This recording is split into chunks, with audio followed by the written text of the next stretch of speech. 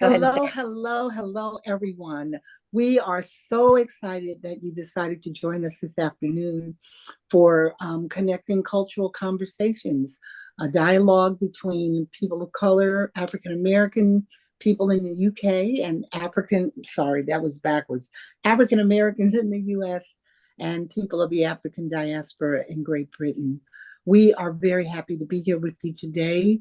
I had an idea that since Sweet Honey in the Rock is going to be in the UK at the end of this week, we should have some kind of dialogue because we're getting there right in the middle of Black History Month.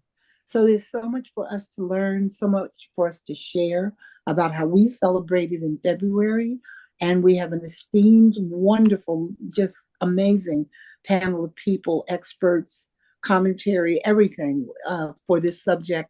And I'm going to stop talking because we have a lot to cover and we hope you have a good time. Be sure to put your comments and questions in the chat. I turn it over to the wonderful Frank Sweeney. Thank you very much. Hello, good evening, good afternoon. It's really lovely to be here with you all.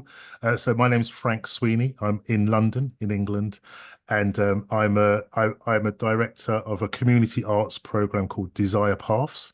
And I'm having this brilliant time collaborating with some amazing minds, which brings us to here, brings us into this space, which is connecting cultural conversations. And as Carol was saying, Sweet Honey and the Rock they're coming to play in London. We're playing in England in October, and they're going to be playing at the Barbican Hall, which is kind of a main London venue. Next week.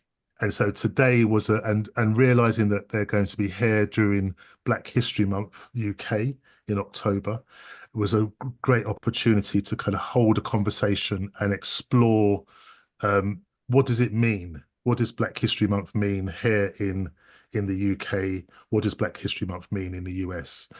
And so today what we'll do over the next hour and a half or couple of hours, depending on how meaty the conversation goes. We'll hear from some great minds. We'll hear from some great minds about who helps inform us about the African Atlantic diaspora, and we will talk some more about that as we go through it, and talk about the history of the people of the African Atlantic diaspora, and across the space, the geographical space of the diaspora.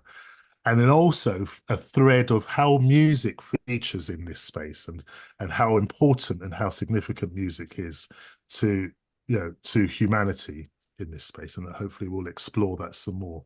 But just to give you a bit of, really wanted to just say welcome. There's a bit of housekeeping. There's quite a lot of us. There's a lot of us on this group, and we'd like to be able to kind of engage everybody and as many people as possible. So what we're doing is that we'll have the panel speak, and the panel will have a discussion, and myself and James Early, who's next to me, we'll kind of moderate and co-chair this conversation. But then also we'll ask the panel to speak in small groups and small discussions, quite tightly timed, and then we'll invite the audience you to comment and share your thoughts, but using the chat. So if you can type your comments into the chat, and then we've got a few of us who are around who will kind of keep reading it, and we'll kind of try to get through as much as possible. But we only have so much time, so we really want to kind of get everybody to have a kind of a meaningful engagement as much as we can. Just to let you know who's here, we have James Early, we have Sweet Honey in the Rock, we have Gwen Moten, we have Dr. B. Dexter Allgood, all from the United States of America, all kind of coming to bring all their wisdom with us. And then here in the UK, we have Dr. Mykaell Riley, a really important mind and thinker and around Black music and Black history from the British perspective. And then just to let you know who's supporting us technically, we have the great Claudia Turbot Deloff, on Joe on the US side, Claudia here on the British side, and Eric King and Ella Sharp are also supporting us technically as well. And so hopefully between all of us, we'll make sure that all of your comments are read and are stored, and we're recording this and we'll stream it and share it beyond here as well. So great, thank you very much. Great. So we'll go in. So if we can start, we'll start the conversation. And just to give you a bit of background, so just to set Black History Month in the UK. So Black History Month in the UK is in October. Black History Month in the US is in February. In the UK, it's been inspired by the movement in the US, and it was brought with some activists, and in the early 1980s, it was established here in the UK, and it was underneath. We had a progressive Labour council in London, the Greater London Authority, underneath a guy called Ken Livingstone, and there was a group of people: Ansel Wong, Linda Bellos, and a guy, and actually the person who was inspired to bring it was a Senegalese person who was working within the local authority in the London councils, and proposed to bring Black History Month to the UK. And his name was Akiba Adai, and he at Sebo, and he proposed the idea, and him, Linda Bellos, who's quite a political activist, is still active now, and Ansel Wong produced the first Black History Month events here in London in October. And there's various different origin stories about why it's in October, and why and whose original idea it was.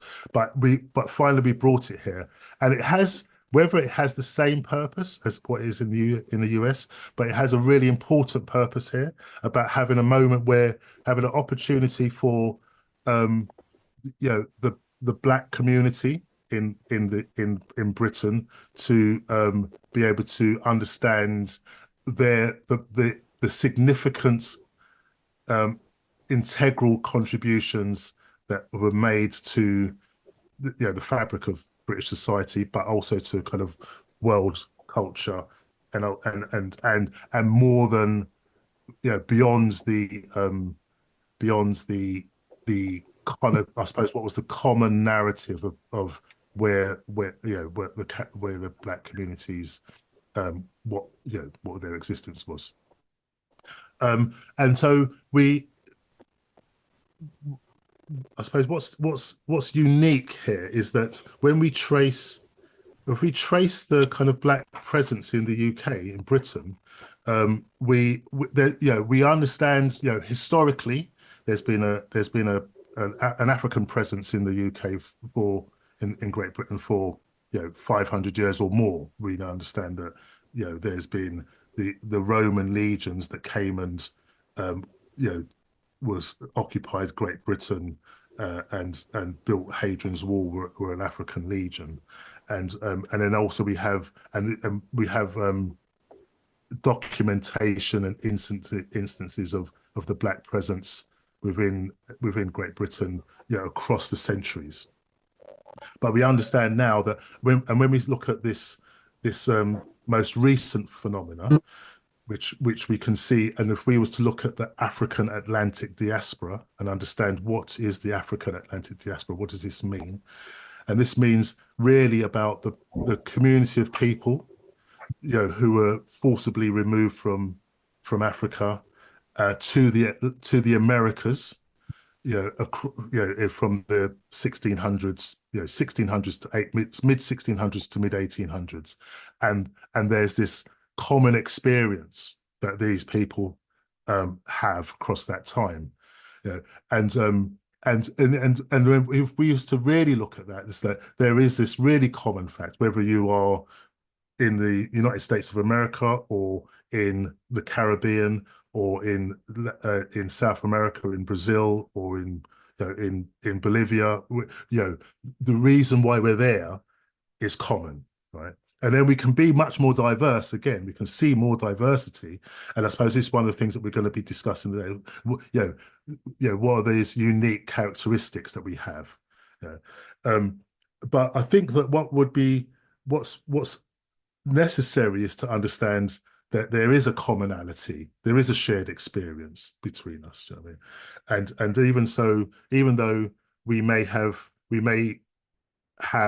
unique experiences today, we are here from a common reason. Yeah.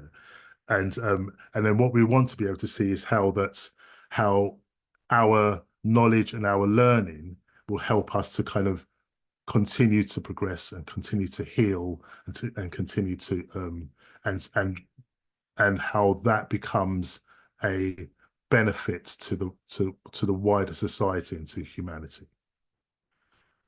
So what's the meanings of the Black History Month for Britain? Well, I think what we understand when we look, and then when we trace back across, kind of recent times of, these moments of change, the Race Relations Act in the late 60s and 70s, and where we are, and the changes around at the turn of the 1900s with the Pan-African conferences, and then earlier than that, there were kind of moments where we had a phenomena that we will talk about later today, where we had the introduction of freedom songs and sacred songs from which brings gospel music into the British consciousness, and that happens at the end of the 19th century.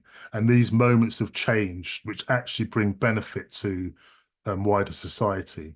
And I suppose that's what we want to be able to see. How do we recognize that this is common from us here in the UK and our cousins and our relatives in the US, and how we bring that forward? So we'll just hold that there. And if I can pass on to James Early to give a view from the American perspective of why what does Black History Month mean for the United States communities. Thank you, Frank, for that really deep historical introduction that I think does indicate for us that we must look beyond 1926 with the founding of Negro History Week here in the United States, and 1987 with the founding of Black History Month in the UK. Black History Month then became Black History Month here in the United States years later.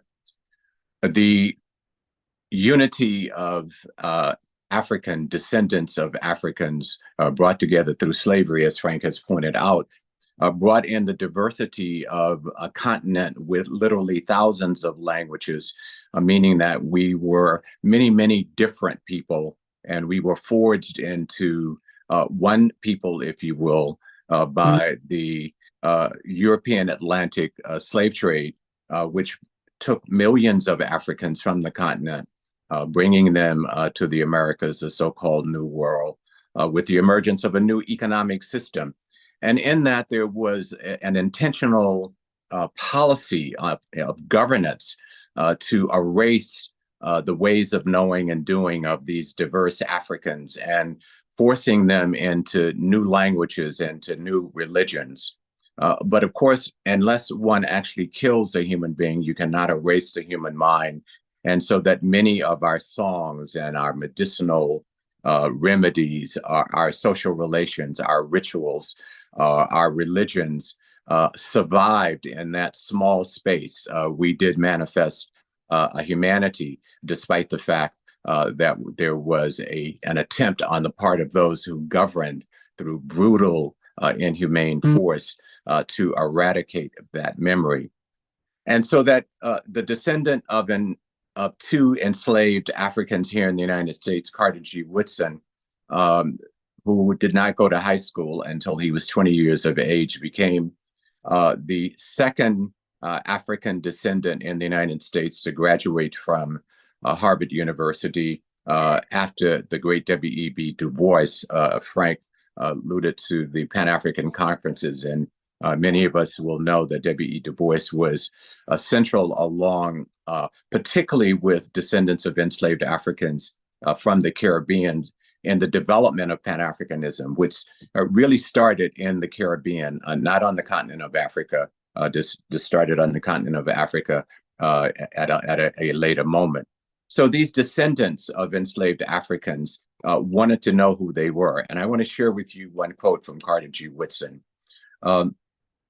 who noted that you can try to erase the memory and history of people, and therein you can attempt to control them. And so that Black history was, and to give you the exact quote, if you could control a man's thinking, you do not have to worry about his actions. When you determine what a man shall think, you do not have to concern yourself about what he will do. If you make a man feel that he is inferior, you do not have to compel him to accept an inferior status, for he will seek it himself. We have evolved to know that that means if you control the minds of women and men of African descent, then you can control how their future will be. So that history then has a power relationship, a governance relationship of how we govern and express ourselves. And I think it is fascinating that we come together at this moment in the 21st century, recalling that in 2011 at the World Conference Against Racism and Other Forms of Discrimination in Durban, the two most controversial issues in that conference were reparations and the issue of the liberation of Palestine. And today, those two issues are central in national, regional, and global policy. So that as we look at the meaning of Black history, wherever it has originated and however it is spread, one of the things that we come to is that it is through our words, through our voice, particularly in how we carried our encyclopedic knowledge in our song, our aesthetics in our song, our sociology in our song. And so that today, some in the United States debate whether we should be celebrating Black History Month, why not all year? But let us not forget the historical imperative of people who wanted to remember who they were and found a way through these expressions of Black History Week, first here in the United States and Black History Month, and how on a global stage we have come together now on the world stage of reparations, which is also about repairing memory. With that, I leave it for an opening of our engagement with our panelists and with the many voices across the world who are involved in this cultural exchange today.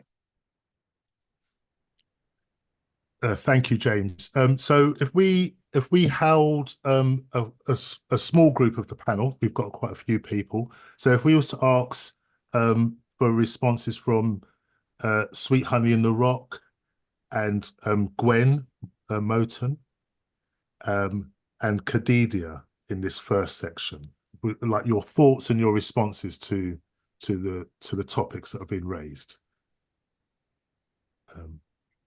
Should we ask? I'll go. Yeah, I'll start off. thank you. This is just Frank. I would say Reverend Frank and Reverend Early.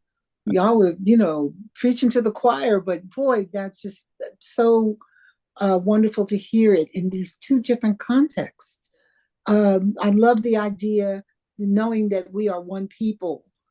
In one respect, we are the one people. We're all taken and moved out of what was regular, everyday rituals and food and governance and relationships, and had to start all over again. It is important to remember. It's important to know that for me, Black History Month just brings me just right to the core of why I celebrate myself as an African American woman. And I love the diversity of the continent as it is expressed through and that we have an opportunity to raise it up. To me, Black History Month is all year long. It really is. It's every day, 24/7, for many different reasons, for many different situations. But for this, I love the idea of just raising it up.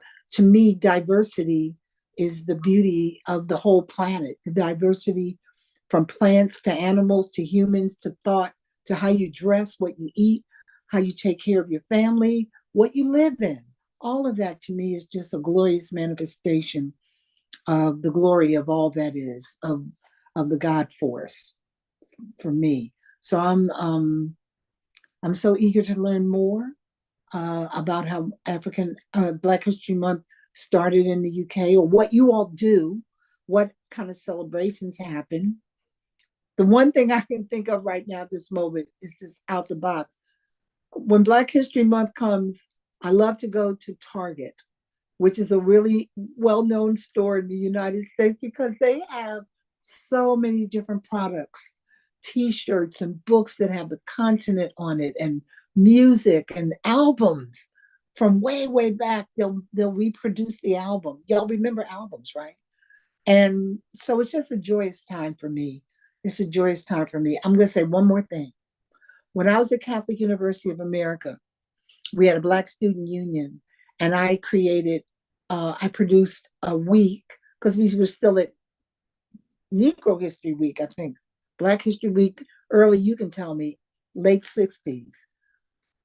We had a week at Catholic U where it was all about the culture, introducing the culture to a predominantly white institution, and it was very successful. So I've been into Black History Month since before it was a thing, big thing, like it is now. I'm out. Thank you. Thank you, Carol. I'm wondering what we do. I don't know if we have sales here on Black History Month. I don't know if we do. Maybe maybe we have. Well, we have lots of different things that happened. I mean, like all of a sudden, everything on television is kind of Black centric. All the movies, really yeah, it's really cool. And actually, there's some really interesting things to watch as well. And then, but I'll tell you what would be really interesting before we just go to, well, do you speak next, Gwen? Is that okay? Yes. I was just wondering if people in the audience, if you could just tell us where you are, like what continent are you on, or what country you're in, what city you're in. It'd be really lovely to hear from you. So do feel. Or what universe you're in. What multiverse are you visiting today? That'd be great. Nice to see you. So great to hear from you, Gwen. Yes, it's great to be here, and it's wonderful to be with so many thoughtful minds about our culture and our history. Black history for me, there's an essence there that has nothing to do with the clothing, has nothing, but it's not based upon the clothing. It's based upon the foundation from which we are gathered, and that it's African heritage, whether it's our connection to the ancestors, whether it's our religious thoughts, whether it's the kind of prayers, those essences that make us human, which should be unique for us, but then universal for everyone. So when I see people celebrating Black history, I love to see the attire, I love to see everything, but the essence, do they understand the foundation from which we're celebrating? And also, what are we trying to do? We're trying to keep our children, give them knowledge, let them know it's not just about a day off. It's not just about discount clothing. There is essence. So for me, I want to see us develop more into the foundational. What is it about? What are we talking about? If we talk about music, why was the music important? Why were the ceremonial melodies important? Why was there music for hunting? Why was there music for birth and death? That's our history. That's our culture, not the facade that in this country that we present in most cases. So I'm saying for Black history, it's essential that we give the essence, the love, the history, along with all these other things that people think are essential. And most importantly, let our children, let them know from whence they have come, far beyond these beautiful dresses and the attire. So my answers to why and what we do for Black history, I think there's a fountain. We've started, but there's much more that we need to delve into so we can give the real essence of our culture. Thank you, Gwen. It's interesting. I was wondering, I'm wondering about there's two parts of, or where does this Black history begin? Like, or is it like ancient history, or is there something to really understand about the kind of the history of the African Atlantic diaspora? The kind of is there something to capture about that? And is there some brilliance in that as well as tragedy? I just want to interject. I'm sure others have something to say. I think if we leave out ancient history, we do ourselves a disservice, because in our world, we didn't do anything thousands of years ago. It only started after slavery, during slavery. So I think it's more important to include the ancient cultures, the technologies, the religions, everything from thousands of years ago to show from whence we have come. Mhm. Excellent. Yes. Excellent. Thank you. Thank you.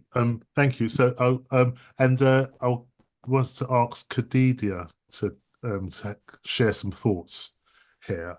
And then also, if anything for the audience, if anything comes up and you want to put something in the chat, if you've got a comment, if you've got a point of view, please share it in the chat. Don't wait till the end. You can say something now. You can write something now. Is Kadidia there? Because what's interesting is that we have a kind of UK, US, and can we hear you?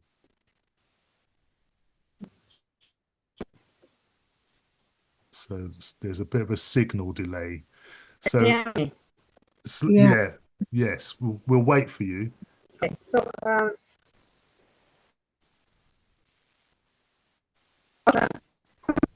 from Africa, and my first experience with when I came from USA. Sorry, Kadidia, very young. just pause for a second. Just pause for a second, because your sound is cracking. Okay. So so that sounded better. Better. Let's just test your microphone for a bit. Just keep talking and then just see where it works for a bit. So you've frozen again. Can you hear me better? That's better. Okay. So I'm going to speak slow. I'm going to speak slowly. Okay, I'm going to speak slow. So I was saying that African is the community came forward. Came back from because the organization. Sorry, it's not. It's still. Yeah, if you go camera off. Yeah. So people, I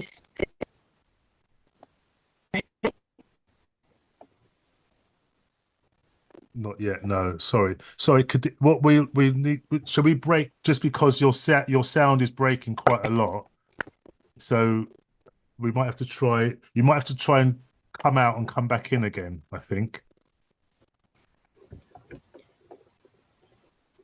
you want to try? If you try that. Oh, okay. Maybe I should leave my camera. Yeah. Better. Ooh. And sorry to because it'd be really valuable to have, because especially Kadidia's in Côte d'Ivoire, and so actually having a perspective that from the whole of the diaspora is quite really valuable. So it'd be really valuable to have her contribution. So hopefully we can get her sounds working. If we was like, I know, CNN or Sky or something, we would just send a technician out, wouldn't we? So we'd just ship a phone over.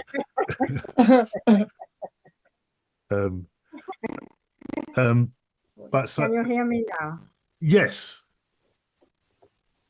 Let's try. Okay, let me try. I'm going to speak very slowly, okay? So I was saying that my experience with the African American community came from my father. I was 9 or 10 years old when he came back from New York for the head of the bank. And he told me he was eating and the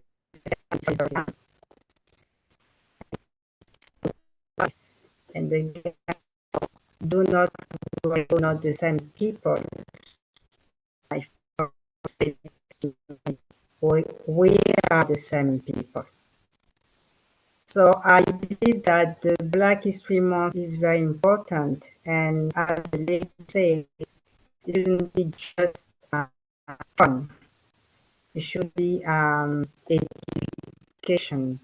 It should be information, especially that for the past 10 years, Africans on the continent are very eager to understand what happened to their brothers overseas, and they are very excited to find out that a lot of African Americans have contributed to science, to technology.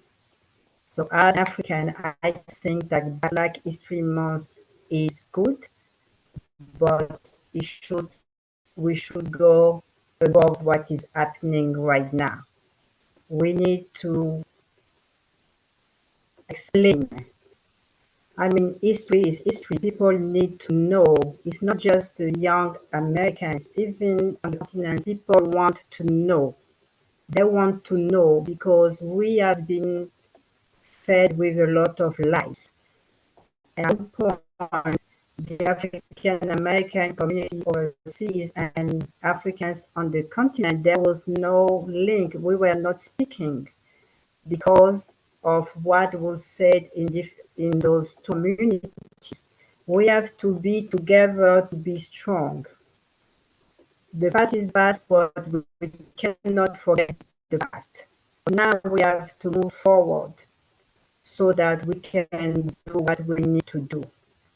Because it's not acceptable that after how many centuries, Black people, even on the continent, have to fight for their rights, have to fight to show that they exist.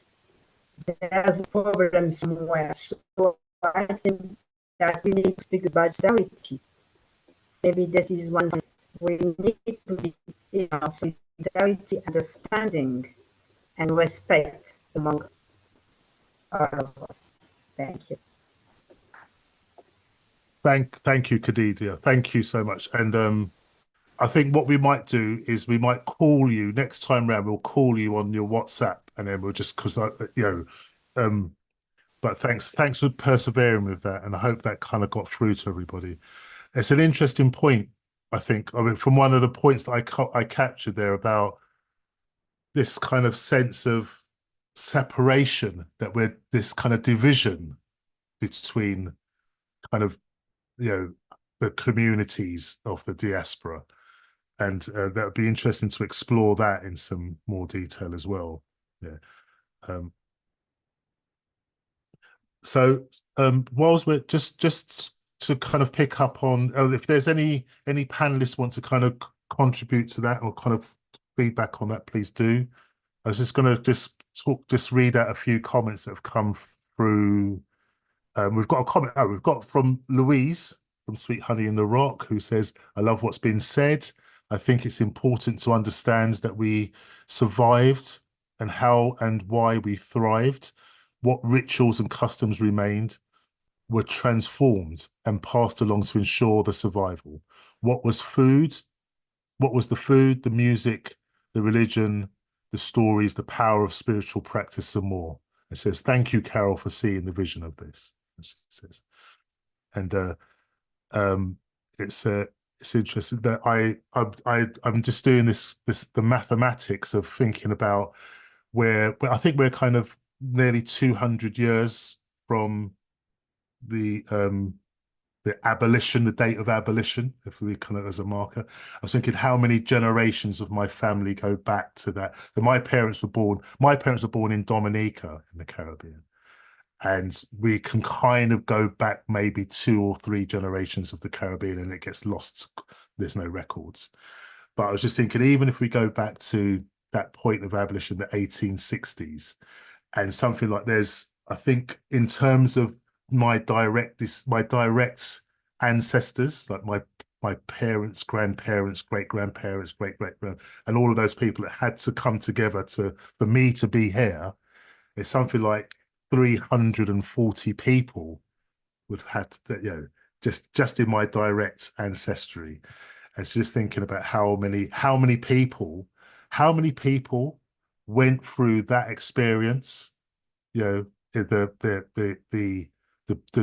waiting in the dungeons in those fortresses on the coast, the Middle Passage, how many hundreds of people kind of went through that experience, and then through the plantations that actually are in my DNA, in my blood today. I mean, and all of what they've gone through that I carry, and we carry in us. That's fascinating. And then there's Dave Burbage says, I lead community choirs in Scotland and the north of England, and I'm part of a national network here in the UK called the Natural Voice Network. Sweet Honey in the Rock has always been a huge inspiration to us. I also have a background in person-centered facilitation. Harmony singing for me is a celebration of difference and belonging. Wonderful. Thank you very much. Thank you very much. I wonder if there's any final thoughts from the panel on this topic, and then we can move on to the next conversation. I have just something to add into what everyone is saying. This is Nitanju. Am I there? Oh, there I am. I am painfully aware that the struggle that we had to even have a Black History Month, Black History Day, and then a week, and then a month in the United States, while we may want it to be celebrated 365 days a year, it is under serious attack here. Everything is being unraveled through different political interests who are very keen on destroying what has been built, keeping our history hidden and pushed out of the way, reinterpreted, so that we are unable to connect not only with one another here, but around the world, and tap into the power that we have. We have, I think it was Miss Gwen Moten who talked about going far, far back into our history. This is information. For all of us, it's information to know. What's that? There's a quote by Chinua Achebe: until the lion learns to write, the story will always be, I'm sorry, my dog must be agreeing with me now, interpreted by the hunter. And so this struggle it seems to be never ending. And I know with Sweet Honey, we find ourselves singing songs that we wish were over. But it seems that we cannot stop singing them because luta continua. It doesn't stop. The struggle keeps going. And we find ourselves always having, I'm very distracted by this dog, but I will wrap this up and just say that I think we need more encouragement, not only with ourselves in the United States, but really more connection around the world so that we are all tuned into one another with a purpose. Because see, they are banning our books here. They are changing school curriculums. They are doing everything possible, legal and I think sometimes illegal, to just wipe us off the face of the earth. It's just like, and what we don't know, if we don't know, and like Ms. Moten said too, if our young people, if our children are not educated on who we are, to know who you are is everything. You know, if you don't know and you are given an interpretation from someone else, then, you know, we are really, really, really challenged, but not defeated, but very challenged. Thank you. Thank you. And I think that there's a theme here about how do we reconnect?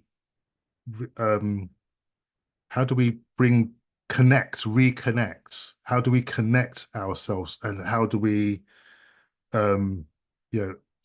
end this division so that we are able to be much more complete and stronger?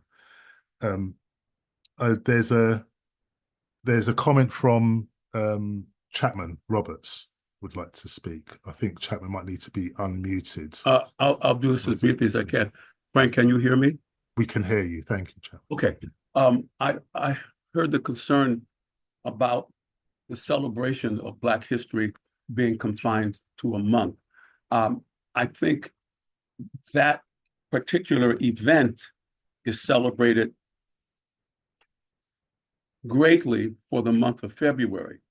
But I want to remind us that 24 hours a day, all over the planet, Black history is being celebrated through music, because everybody in the world listens to American music, and African-American singers and musicians dominate the airwaves. I was in a village in Colombia 2 weeks ago. Only 3,000 people at the top of a mountain. You got to go up and you got to come back the same way, no paved roads. In every restaurant, in every club, it was nothing but African-American music. And what people don't know, or what we don't realize, and what we are exposing to people now, is that we're doing the same thing that we've always done, that we send coded messages and make people dance to it. For instance, Ain't No Stopping Us Now. This is a protest song. It's not just disco. It's just not dancing and laughing and singing and dancing. There's a message there. Marvin Gaye's What's Going On. Again, We Are Family by Sister Sledge. Okay, A Change Is Gonna Come by Sam Cooke. We Are the World with Michael Jackson and Harry Belafonte and Lionel Richie. All of these songs are still coded message songs. And one of the most potent ones has taken place in the last few years, which people, I say it to them and they stare at me. Do we understand that the Fisk Jubilee Singers sang before Queen Victoria in 1873? She gave money to them to help build Fisk University, and it changed the course of African-American history, and therefore African history, because that was a reparation that was given in 1873, and it's never been recognized. It has never been discussed. They then went on a tour of Great Britain to 17 cities and toured Europe for 7 years,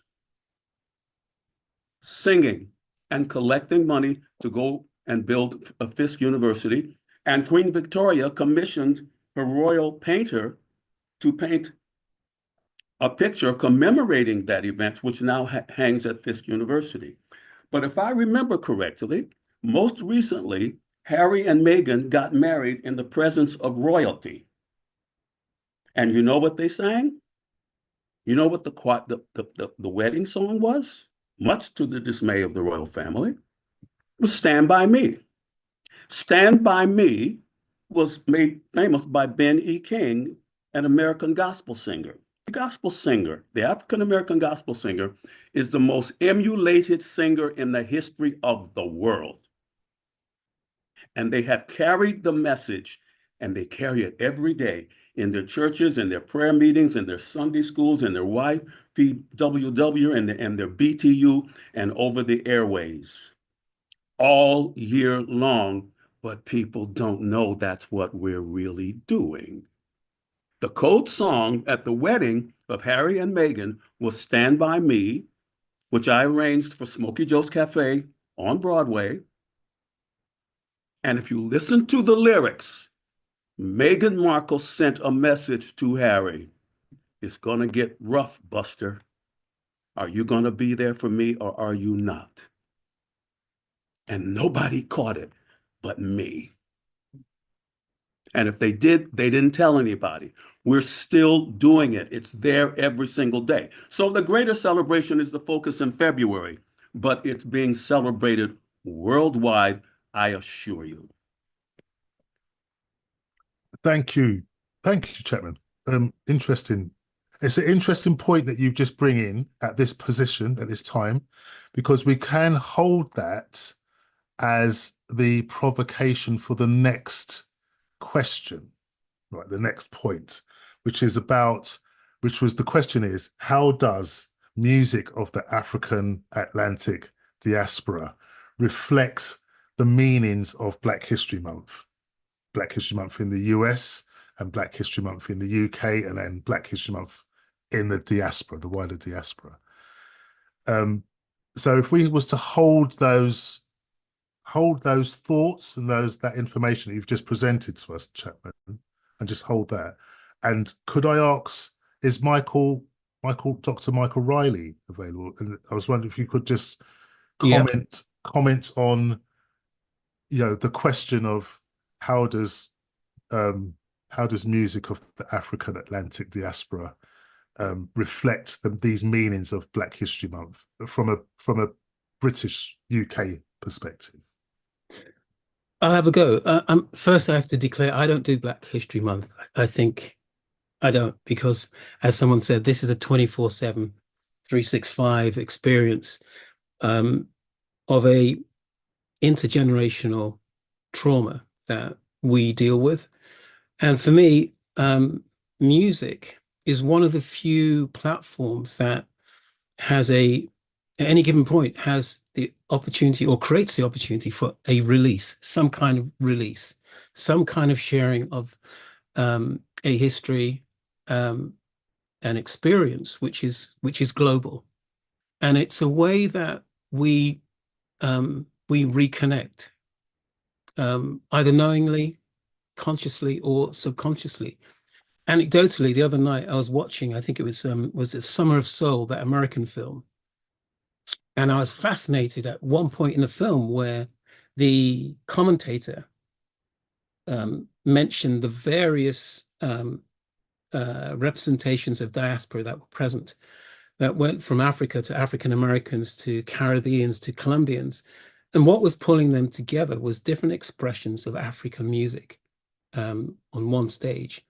And that the audience was able to connect at different moments to the different rhythms, but somehow instinctively understood this was one music that originates from one place.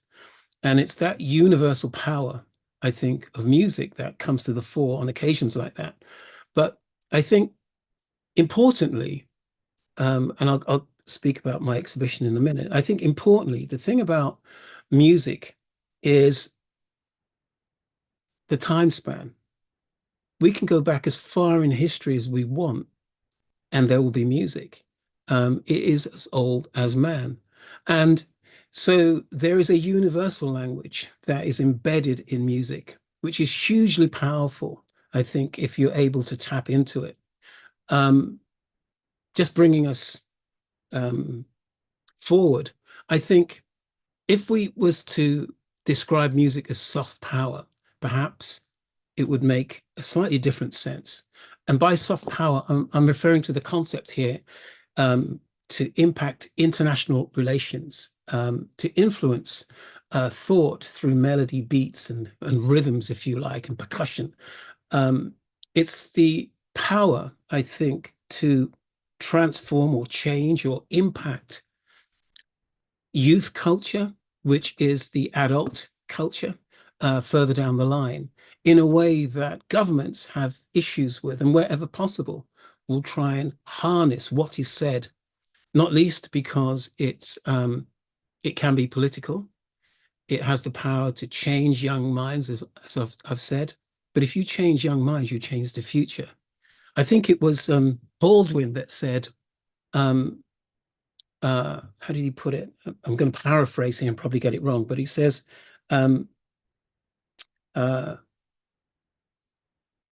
people are trapped in history, and history is trapped in people. And what that means is we carry our past, but our past is also expressed in the present. It's expressed in our reality, and it then impacts on our future. And just to bring it back to music, music is one of those experiences and elements that has the power to trigger memory in a way that little else does. It hardwires the synapses in the brain. If music resonates with you emotionally, it actually changes who you are. And so what we know from music is that it has the power to harness our emotions, but also transmit our emotions over time. And so it's hugely powerful. And as I've said, over time, the project I've just finished is the first national exhibition on the impact of Black music in Britain over the last 500 years.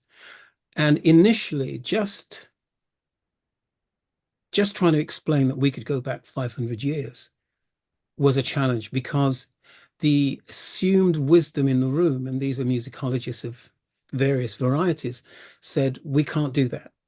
And the reason they were saying we can't do that is because it was not in their interest to do that. It challenged their expertise.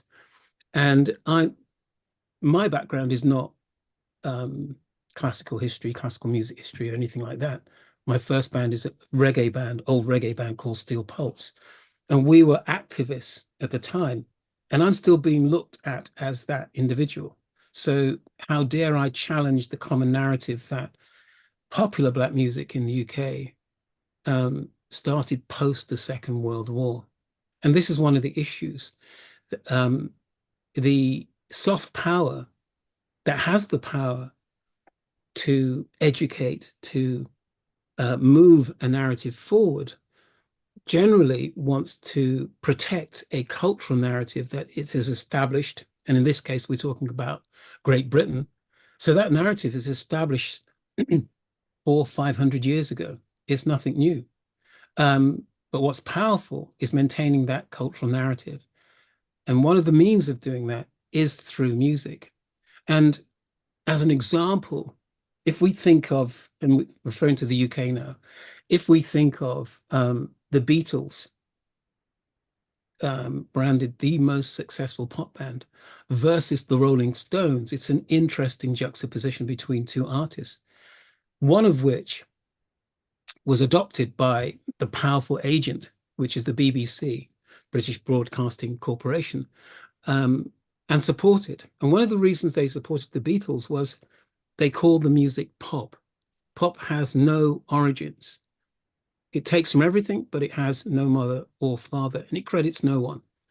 Meanwhile, the Rolling Stones was saying, actually, do you know what? What we're doing is not original. This is African-American music. In fact, even our dance moves, we've stole from various African-American artists. Historically, they were labeled the bad boys of rock and roll in the UK, while the Beatles were the golden boys. And then we look at that history and how it's played out in terms of a cultural contribution to what is Britain, what makes Britain cool. And it's the Black music component, or it plays a major role in what makes Britain cool. But that history, as far as common knowledge is concerned, started post-Second World War. So my taking that history back to Henry VIII and a character called John Blank was hugely challenging.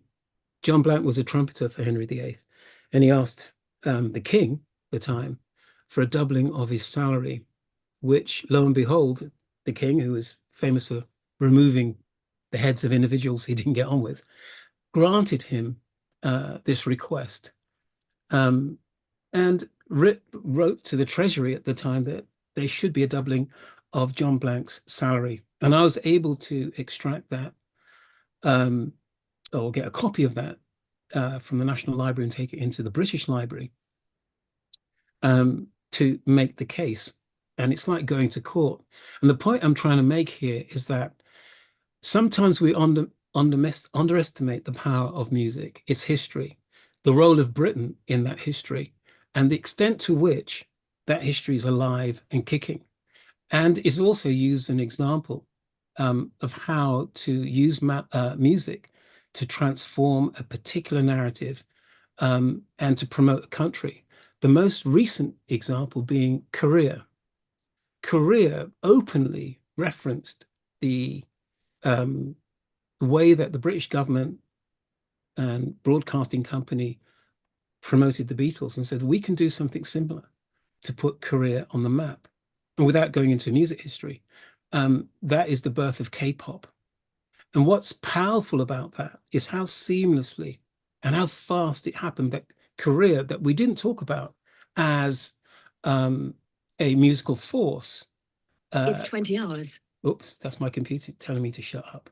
How Korea, who we didn't credit as a musical force, came into being and actually have, some would say, subverted, some would say developed a new audience that recognizes Korea. And the important point I'm making here is in the UK in the 60s, the government, the newspapers, the media recognized that if they could control what was being said, what was being played musically, and recognizing this through the success of the Beatles at the time, they said, the next generation will come to London.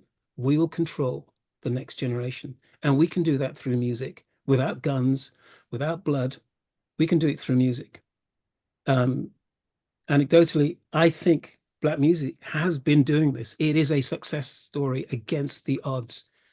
We could have gone back as far as Septimus Servius, the Roman emperor, in fact, the first emperor of Scotland, that is an African. So, you know, in the UK, we have a history that's hugely complex, but most of us as Africans are not aware of.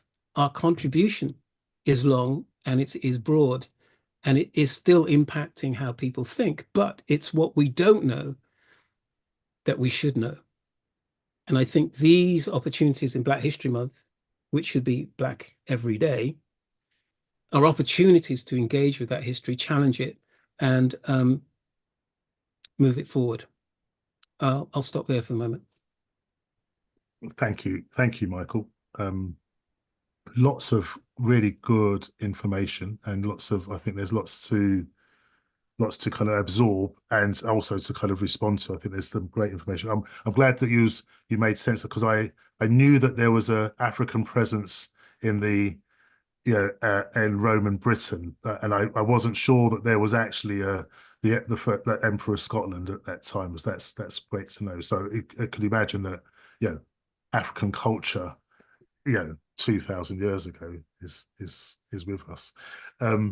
So can I invite, thanks. So with those two statements from Chapman kind of asserting that there's such a significant moment from the Fisk Jubilee singers and their contribution to music and how that's changed the course of music in the 20th century onwards, and Mykaell's showing us how embedded and ingrained and how within the fabric of society and humanity how Black music is kind of important and historic.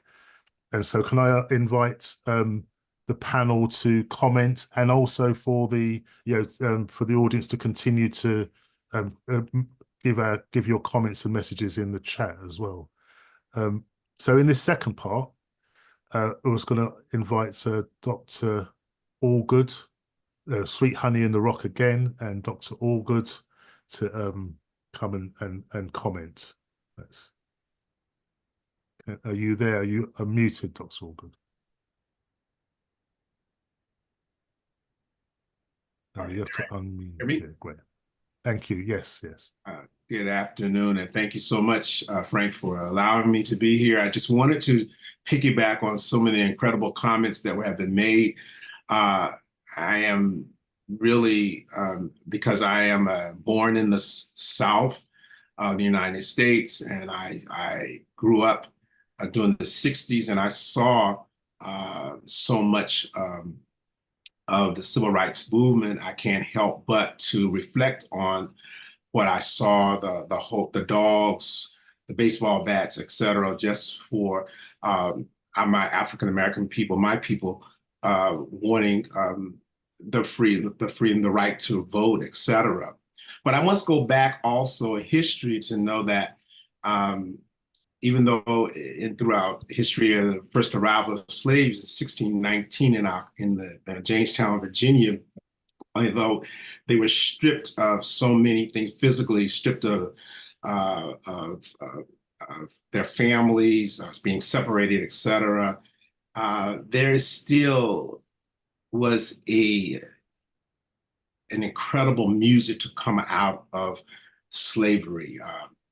You cannot deny that this culture, the African culture, is so rich and strong, and it's present in the Negro spirituals, the coded messages in the spirituals, and just what Chapman just said is absolutely correct. The music through history is powerful. You can find it even in when Louis Armstrong sung "Black and Blue." I'm black, I'm white inside, but that doesn't help my case.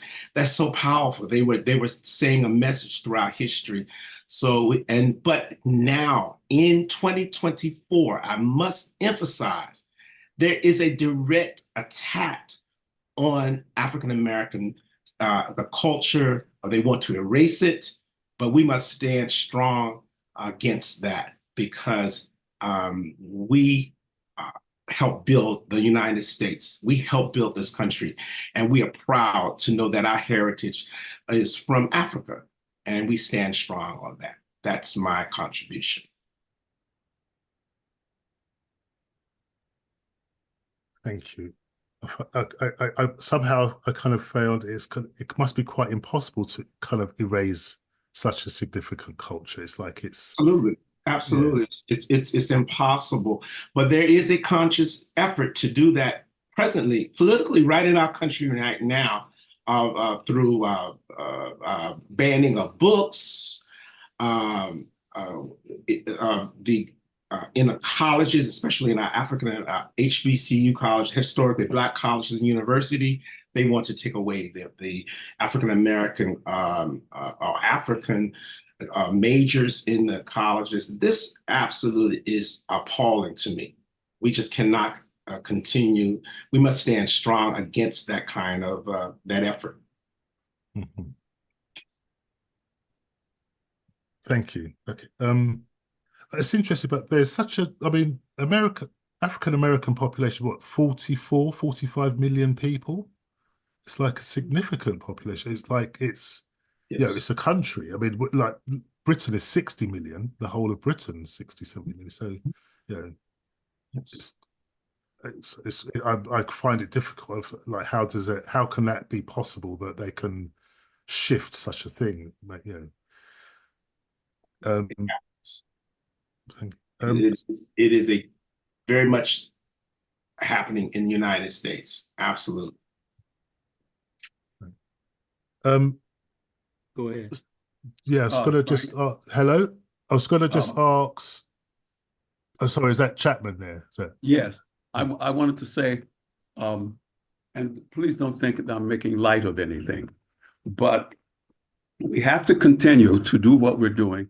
We have to fight the book bannings. Can you hear me? Yes. We have to fight the book bannings. But what I want to tell you is that the reason they will not succeed at erasing Black history is because they don't know where it is. They don't know where all of it is because we have coded our music. They don't understand that rugby fans in Great Britain sing Negro spirituals at their football games. They don't know that. As far as the Beatles are concerned, the Beatles were put on the map by Little Richard. They ba-da-ba-ba-da-ba-da. Ooh, they got that from Little Richard.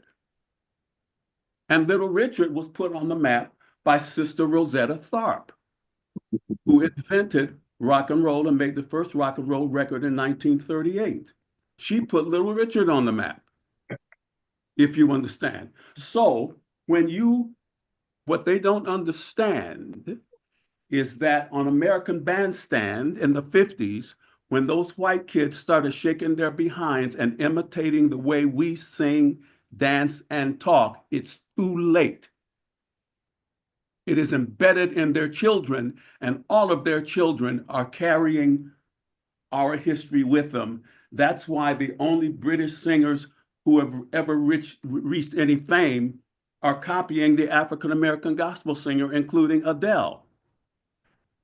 The Rolling Stones, as Dr. Roddy noted, Mick Jagger will tell you he's copying Tina Turner. He just didn't get it right. So they had to give it another name. What they don't understand is let them continue on this fool's journey. They can't destroy it because they don't know where it really is. Their children are carrying it, the way they dress, the way they talk, the way they dance or try to, the way they sing or try to. So fear not, they will never succeed at that, but we must carry on to continue to preserve. And by the way, the Beatles were given credit for doing the first stadium concert. That's not true. The first stadium concert was performed by Sister Rosetta Tharpe, who is my mother's godmother, or who came out of the Church of God in Christ. And it was staged in Washington, D.C., and she got married, and 20,000 people came and brought her gifts, and then she gave a concert, not the Beatles. So they have been given credit for our history, but what they don't understand is by appropriating our history, that our tradition is being carried on because there's always somebody, troublemaker like me, saying, oh, wait a minute, I want to call your attention to something. So every time they appropriate something and put it out in the public, people like us come and say, well, you really want to talk about that? This is our opportunity to get the message out. So let them keep doing it. Okay, thank you, Chapman. Does anyone want to comment on anything that's been said so far? What Chapman's raising? Any of the information that Mykaell Riley gave us? I'd like to comment. Can you hear me? Hello, Gwen. Can you yes. Pope Victor I want to. Hold on, Chapman. So we're going to. Yes, just let me say this because it's on something that Dr. Riley said. Pope Victor I, if anybody wants to Google him, became the Pope in 189. Second century. He was born in a Roman province in Africa, which was Tunisia. The native tongue of Tunisia was Latin. Pope Victor I instituted Latin into the Catholic liturgy through song. Through song. So for centuries, the Catholic Church was teaching the gospel of Christ according to the Catholic Church in an African language and in all of their music. That's how far it really goes back, as far as I know, and I was there. He was a teenager. So thank you. Sorry, Gwen, you was going to comment. Just. Yes, I want to comment a little bit about the, I guess, capturing of our music by other cultures. I think we need to think about the essence of African music, vocal music. We need to accept the pentatonic scale from which much of African and ancient cultures' music is built. That's kind of ingrained in our bodies. And when we don't know it, even though we don't know it, when we hear music that's based upon the 5 tones pentatonic scale, it becomes a part of us. And so when whatever culture they come from, they hear that, they grasp, let's say, for example, Amazing Grace. So it is believed that John Newton heard that melody on a slave ship based upon the pentatonic scale. Amazing Grace, one of the, I guess, well-known religious songs of the day, but it's based upon an African scale of music. And so that is captured in the blues and all the other music, and people gravitated because it's ancient in our souls. It comes from all ancient cultures, really, but Africa's music based upon that scale is what grasps us. So that's one thing. The other thing I want to mention, and we speak of the spiritual and the disconnect sometimes. When I was in Africa and teaching and representing the country, I talked about the spiritual. And I was in a music camp where there were people from all over Europe and Africa. And when I spoke about the spiritual and the coded message and the melodies, literally, those from African descent began to cry. This was in a camp full of mixed cultures. And they told me, quote, "We didn't understand the connection." It was through understanding the coded messages. Why was that the melodies brought really from many from Africa to the United States and engaged in the spiritual? So what I'm saying is that those messages have to be told over and over. I think I heard some statement about the disconnect. How do we keep it going? We keep it going by telling the stories. We keep it going by telling the truths, and the truths, for example, of the African pentatonic scale, the great awakenings that happened throughout the country. They were great awakening because the music was uplifting and it was African-based.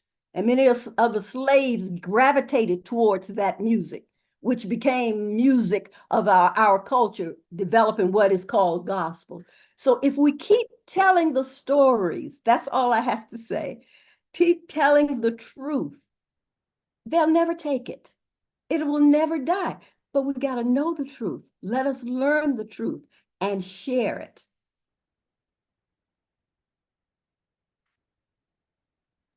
Excellent. Thank you. Let's keep telling the stories. And as we're watch this coming, like, I think this in this university of knowledge that we have in this room is like it's fact. It's music is the catalyst for change. Music is the thing that changes. And there was something that Mykaell was speaking about how the connection, emotional connection it has, and what it does to us. And there was a conversation that Chapman and me and Mykaell was sat down. It was the day after his exhibition was left the British Library, which is really unfortunate. But, and we were talking, and there's a project that we're doing which is called Legacy, and it looks at the moment when the Jubilee Singers from Fisk University in New York in 1873, they had a private royal command performance to the Queen Victoria, and sang this is the first time songs like Go Down Moses and Steal Away to Jesus and were sung, in Europe, in England. And Queen Victoria invites them to sing some songs, and she's like 14 years or so in mourning. She's a recluse, really. She's been in mourning. Her husband's died, and she meets them. They sing these songs, and it changes her mind. I mean, it changed her mind, not significantly, but it changed her mind on, moves closer towards an idea of racial equity, rather than kind of racial superiority, slightly moves towards it. And you think that's what this is what music does. There wasn't a debate. They didn't kind of make a new proposal to her. They sang songs to her, and she walked out of that room as a changed person. I mean, she didn't change completely because she continued to carve up Africa, a couple of years later. But it's significant, isn't it, how music changes their world? So I would like us to just. There's still some space for comments and to kind of to have your thoughts and opinions.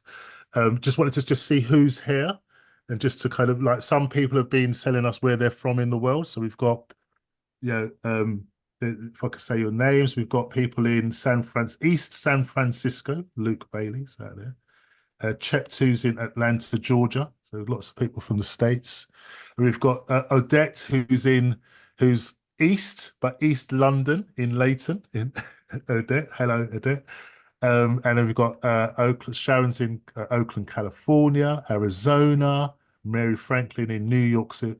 There's some more people in Oakland, Greensboro, NC. Is that North Carolina? Is it NC, North Carolina? Yeah. Someone's in very rainy West Midlands. It's at Donna. Hi, Donna, in rainy West Midlands. It's not raining in London yet, but it will be. And then we have Osandra in Baltimore. And then we have some really lovely comments here. So I'm just going to read out some comments. So Beverly Oliver, who's a friend, I think. I'm in California, former engineer for James Early and former production assistant for Sweet Honey in the Rock. Okay. And founder of Sweet Honey in the Rock founder Bernice Johnson Reagan. Hello to all, and thank you for having me. You're very welcome, Beverly. And then there was a comment that I saw. I'm just going to try and find it. Someone's out in actually, David, a remote cottage in the mountains near the Scottish border, and is coming to London to see Sweet Honey in the Rock. So that means that, David, you are of the heritage of the Roman African occupation of Scotland. You're very welcome. And then Lynn's in Canterbury, Kent, and Sweet Honey in the Rock means so much to me because back in 1968, when I was teaching, I think we might have. Sorry, someone's just trying to call me. It might be. So can I hand over to somebody to pick up? Because I think I've got someone trying to get into the room. So is anyone from Sweet Honey in the Rock who's Yes, I have just something very short. I'm listening and I am wondering, first of all, are there any young people on this call that are, 30 and down? And when I listen to all of the elements, the importance of our music, the power of our music, the power of the understanding of the pentatonic scale, our understanding that I'm assuming from everyone that we all understand the power of the word. Yay! Hi, Eric King. I saw I'm 30 and down. Yes. I find myself and then the knowing within ourselves that, okay, our music, our history cannot be erased. It cannot be taken from us because, as Brother Chapman explained, it exists in so many different areas of life where many people are even unaware that it exists. However, at the same time, especially our young people, their accessibility to music that really is transformative in a positive and inspirational growth kind of a way is challenged because corporate entities have taken, for example, hip hop music, where it began 50 years ago and how it morphed from hip hop and the messages that were there into this whole gangster, where that music is right now. I know my son is 30, and when he was little, we would be riding to school in the car, and we have either PFW or HUR or whatever on, and we would listen to hip hop music. And I would ask him, I said, what is it you like about this music? Well, mommy, I like the bass and the drums, and I'm like, yeah, this is what is making you move. But what are they saying? And could you say something different to this same bass and this same drum beat, this same energy, but your words could be so much different? And when I look at what's going on and how so much of the beautiful music, if you're not like really digging on SoundCloud or going in some other avenue, it's not what is being fed to us and to our young people. What is being fed is this constant barrage of what it is. I'm not going to give it a label or a name, but I don't know if it is serving us well. And so I just want us, as we're talking about all these things, to just, we need I'm not sure what it is. I know we who understand the music, we have to keep doing it. Like somebody asked, you're not retired yet? I'm like, no, you don't retire till the last breath. The last note comes with the last breath, and that's when it's all over. But how do we strategically try to create or maintain what we know is truth and what we know is real in the environment that is prevalent right now? All our young people aren't going to church. They're not getting a certain kind of music. Their ear is just captivated by the media and how things are going. Every time I start talking, this dog comes and distracts me. I'm so sorry. It takes my mind totally off of what I'm trying to say, but I'm going to leave it there, and maybe somebody else can answer. Hi, everyone. My name is Jermaine Coles. I'm the godson and assistant to Chapman Roberts. And so I want to bounce off of what she just said. When I first met Chapman, by the way, I'm 40 years old. They say 40 is the new 30, so I'm fitting in this category. Thank you very much. But when I first met Chapman, I was 25 years old, and this was in 2008. I did not know who Rosetta Tharpe was.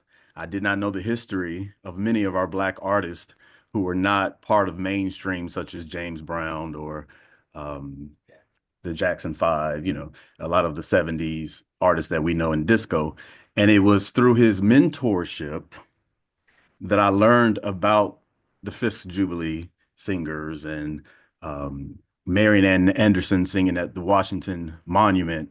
And so I guess my point is we need more mentorship within not just music, but in the Black history arena. I'm a travel blogger. And so me and Chapman last year for my 40th birthday, we went to Egypt, and I was able to see that there were Black Egyptians, Nubian people. And they came up to us and they said, "Oh, you my brother, you my father." And in my mind, yeah, welcome home. And in my mind, I was confused because what I saw on television was nothing but white politicians who were Egyptian. The color of skin were lighter.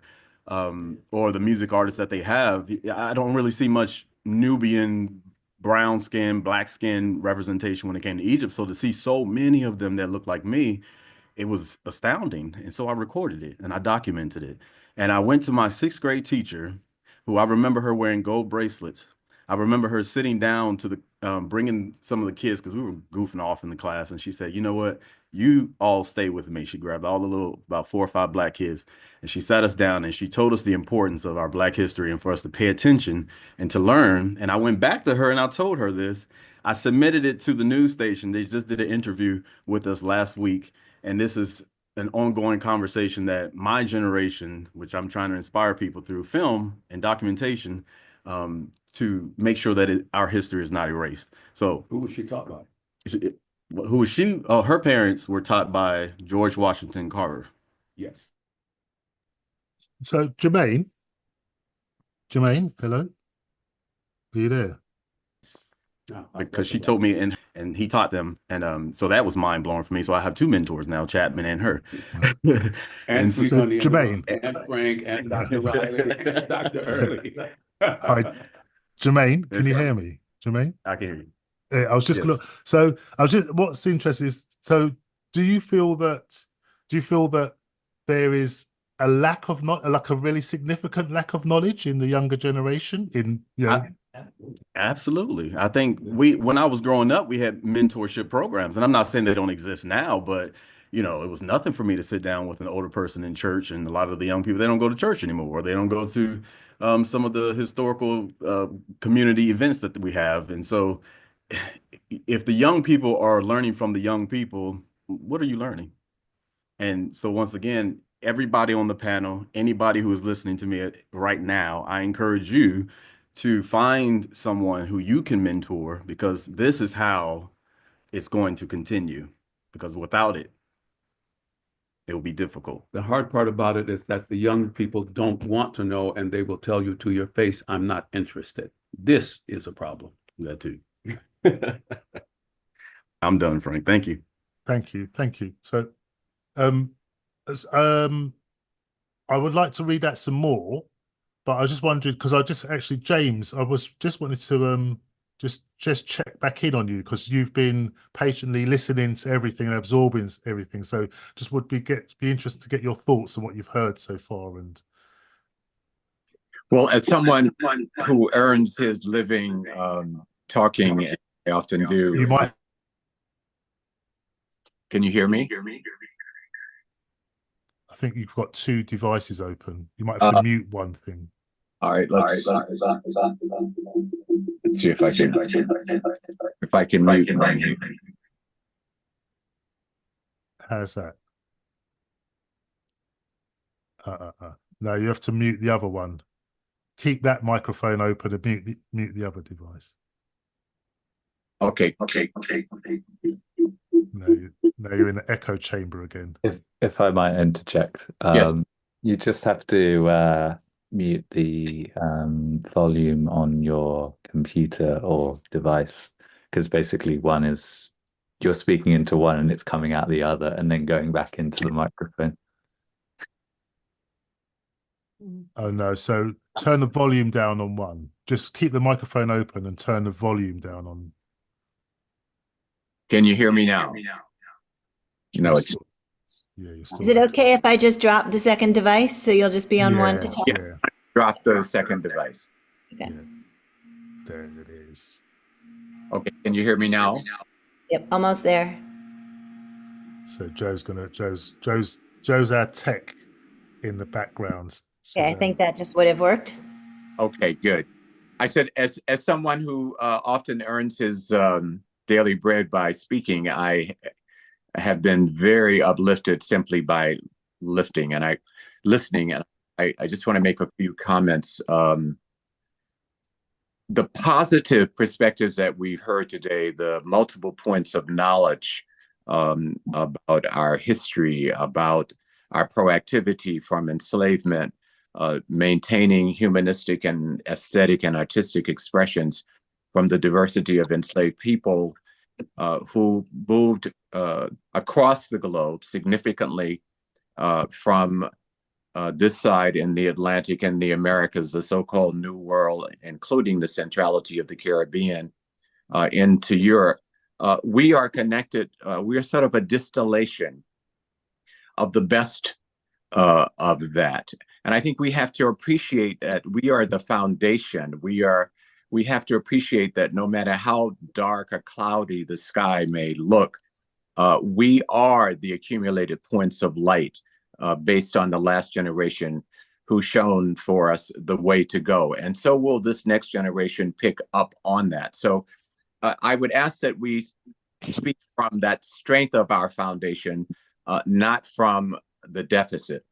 I would ask us also to consider, as Nitanju pointed out, and I would suggest that we take care in not romanticizing our history or our voice. The diversion of rap, not only by corporations, but by the willful movement of certain African descendants, and I'll use these phrases, into bitches and hoes. That was not something put in their head by some non-African people. Those were individual decisions that were made. Many of you will know the name of Ta-Nehisi Coates, the young man who has emerged on the global scene. Many years ago in the city paper here in Washington, he wrote a critical commentary on Puff Daddy, Dizzy, Sean Combs. Many of us did not pay attention. So we can willfully be inhumane, notwithstanding the issues of racism against us. So I would ask us to take care of not romanticizing that. I would also ask us to consider that in 1926 with Black History Week, and in 1987 with Adai Sebo, I think he's actually Ghanaian, not Senegalese, but that needs to be checked. That these are focal points, and literally where thousands, if not millions, of everyday ordinary people come together to affirm themselves, and that we who have had larger opportunities, larger knowledge bases, we should be there with them. And so we should not abandon their focus on Black History Month, even as we celebrate it 24/7, 365 days a year. I would just bring us back in concluding my reflections to points that Nitanju of Sweet Honey again brought us to. We're living in a globally connected moment. And so when we look at I would say the dominance of African-American culture, given the significance of the United States and the media power of the United States, we should also look at how many of those voices who are called Black Americans actually have Caribbean roots. We should look at the new migration patterns and ask ourselves today, in terms of contemporary African-American musicians being broadcast across the globe, how many of them now have more immediate Nigerian or Senegalese or South African or Malian roots? We have to look at the diversity of ourselves, not only historically, but contemporarily, not just in terms of our national identities. We must also recall that in the largest African descendant population outside of Nigeria, over 100 million people, representing 53 to 54% of the Brazilian population, how many of them are singing Yoruba songs, or in Cuba, or in Venezuela, where the Yoruba religion has spread across Colombia and other areas? And so we have to take those musical traditions into consideration of people identifying themselves and celebrating their history. And finally, let me stop on this point. We must take care not to romanticize our skin color. The UK recently had a prime minister of Indian descent who is against immigration. Today in the United States of America, the head of the Democratic Party is a Black man. The head of foreign relations in the Democratic Party is a Black man. The chief spokesperson for the United States government is a Black man. An emerging potential president of the United States is an Afro-Indo-Caribbean woman. And we're bombing Gaza today at the same time that people are resisting in many sports arenas where young Black ball players are standing up to sing the Negro national anthem. This just suggests the complexities of being Black and celebrating Blackness. And it's also a caution that we must isolate those positive voices, the voices that we've heard today, those positive sources of knowledge that we've heard today. But let's be very clear that many of us have willfully turned against that history and have decided to develop a different historical profile. And otherwise, if we romanticize it, then we do not look at the weaknesses within the accumulated Black histories that we as an African descended people represent. The United Nations is celebrating its 10th anniversary and opening up a new decade on Afro descendants. And I would ask that we pay attention to that because it is a global forum in which the diversity of African descendant expressions will come together and be a crucible, a test case for where the world can go, not just where Black people or African descended people can go. And that raising our voice, Nomo, we know the power of the word, Nitanju brought that to us. If we can name those directions in the world that we want to go, if we can sing them, we can claim them, and we must also then decide which of those voices coming out of African descendants and celebrating our history that we want to separate ourselves from. Thank you. Thank you. Thank you, And James. Frank, thank you, Dr. Early. This is why Frank and I are forming the African Diaspora Festival Choir, because we want the voices from all over the world to come and join us, and they can do it online, and we'll get to them somehow when we get the support that we need. Jermaine and I have just returned from Colombia, where we found Colombian gospel singers. We have been going, I've been going to Cuba for 44 years. And the Cuban National Chorale sings Negro spirituals, yes, which nobody knew.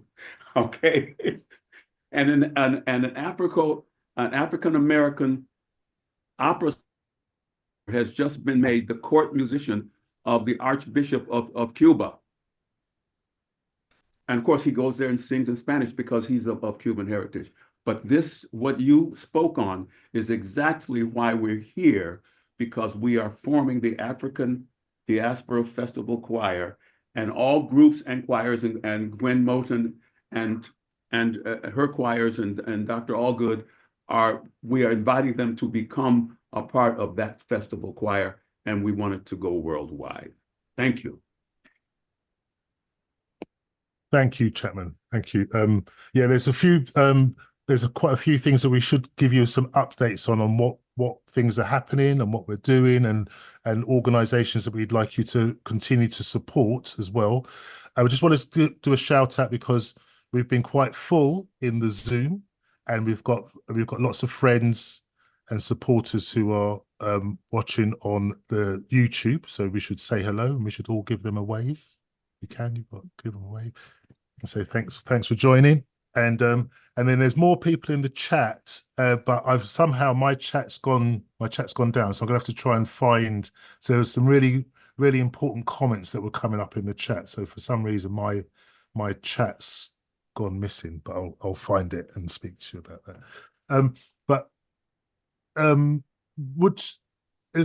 it'd be interesting to get some other voices from the panel about just what's been discussed about, especially the really interesting points there about, how wide the diaspora is and how diverse the diaspora is as well, which is really interesting. Can I make a quick comment, Frank? Yes, please. Yes. And that is, I totally support what Earl has been saying, but I'd just like to add that I think we're all subject to our accumulative experience. That is, we respond to the environment. That is everything that happens outside that surrounds us. And that informs who we are as individuals. It doesn't matter whether you're black, white, or from Mars. I think your environment informs who you are. And I think what I find interesting is the challenge of not dismissing those people who've turned away, as you put it.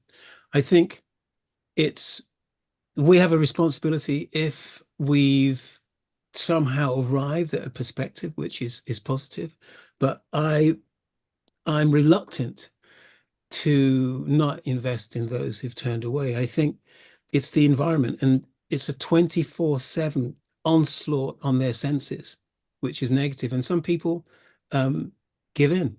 It's the reality of that programming that is happening arguably before you're born into it. And so it's programming how you think. And so if there are sections of the Black community that see things, let's say, differently, I understand that. And I think it is also our job to try and promote the positive in a way that it's more attractive.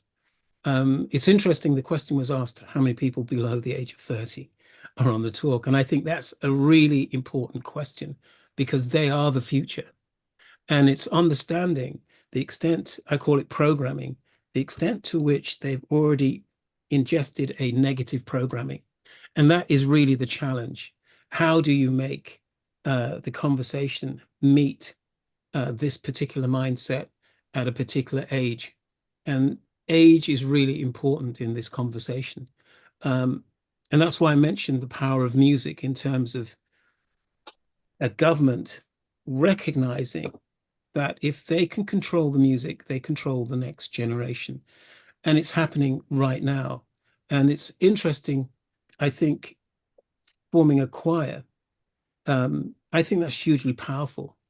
But a choir speaks differently to young people, subject to what they're presenting with. And so I would say, I think the choir is absolutely a must, making that as visible as possible, making it a global activity. But here in the UK, the choir or choirs are amongst the most positive groupings of people involved in music, and the message is possible. But at the same time, it's one of the most overlooked. We have channels where we have gospel music choirs performing, and they have up to 1 million listeners a week, and that rivals commercial stations, and they still cannot get the promotion, get the coverage one would expect with that type of audience. And so there's a challenge there just to the idea in young minds of what a choir represents. And so all I'm saying is that I think I'm 100% behind the choir, but it's recognizing there's still that connection to be made with tomorrow's people. Very good. I'll leave it there. Yeah, good point. Thank you. Thank you. And but finding that space where how those young minds are able to kind of be in that space and be progressive and take ownership of the narrative, I suppose is the space we should be. All I'd say, just jumping in very briefly, yeah, you have to go to them. You know, I work with students. James, you work with students. You know that you have to go to them, and they look at me as an OG, right? Someone said to me the other day, "Mate, you were born in the 19th century," and I had to stop and think about it because I was in denial. I thought about it, And they were absolutely correct. I'm born in the 19th century. And basically what they were saying is, we have a problem connecting with you just on that, just on that, you know, and I had to go away and process it, come back and go, yeah, you're right. You know? But so is the environment changed? So like, does what's Black History Month mean to us in our generation or generations? You know, has it changed? Is it different? Is it a different place now for people? I would think that it would have to be, because each one of us comes in, like you all said, with what we're born into, what we bring to the table when we arrive. So it morphs. It starts to change. It becomes a different reason or a different perspective or way of acting on it. But I think the basic idea of Black History Month and Black History 24/7, 365, I think it should be like, it's like the foundation, and it just continues to grow and morph and move into different communities, age ranges, as their culture calls for it to be a reality for them. I wanted to ask if we're also talking about a sense of inclusion. And I wanted to know, Barbara wanted to say anything about these celebrations or the music in terms of inclusion for deaf and hard of hearing persons.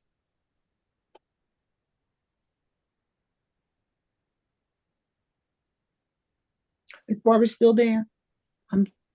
We're still here. Yeah, she's there. Yeah. Barbara. So Can you hear me? Now we can. Yep. Great. I did make a comment in the chat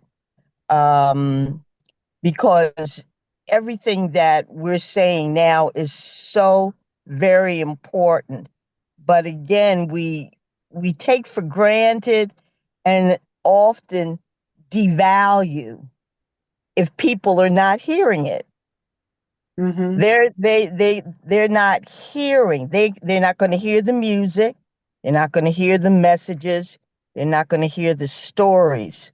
So my point always is to be sure that these authentic voices and historical context that we're trying to get over to everyone is accessible to everyone. Mm-hmm. Because we again take for granted what we hear around the dinner table, what we hear our family talk about, what we hear at church, what we hear on the radio. Mm-hmm. And these kinds of discussions are not accessible.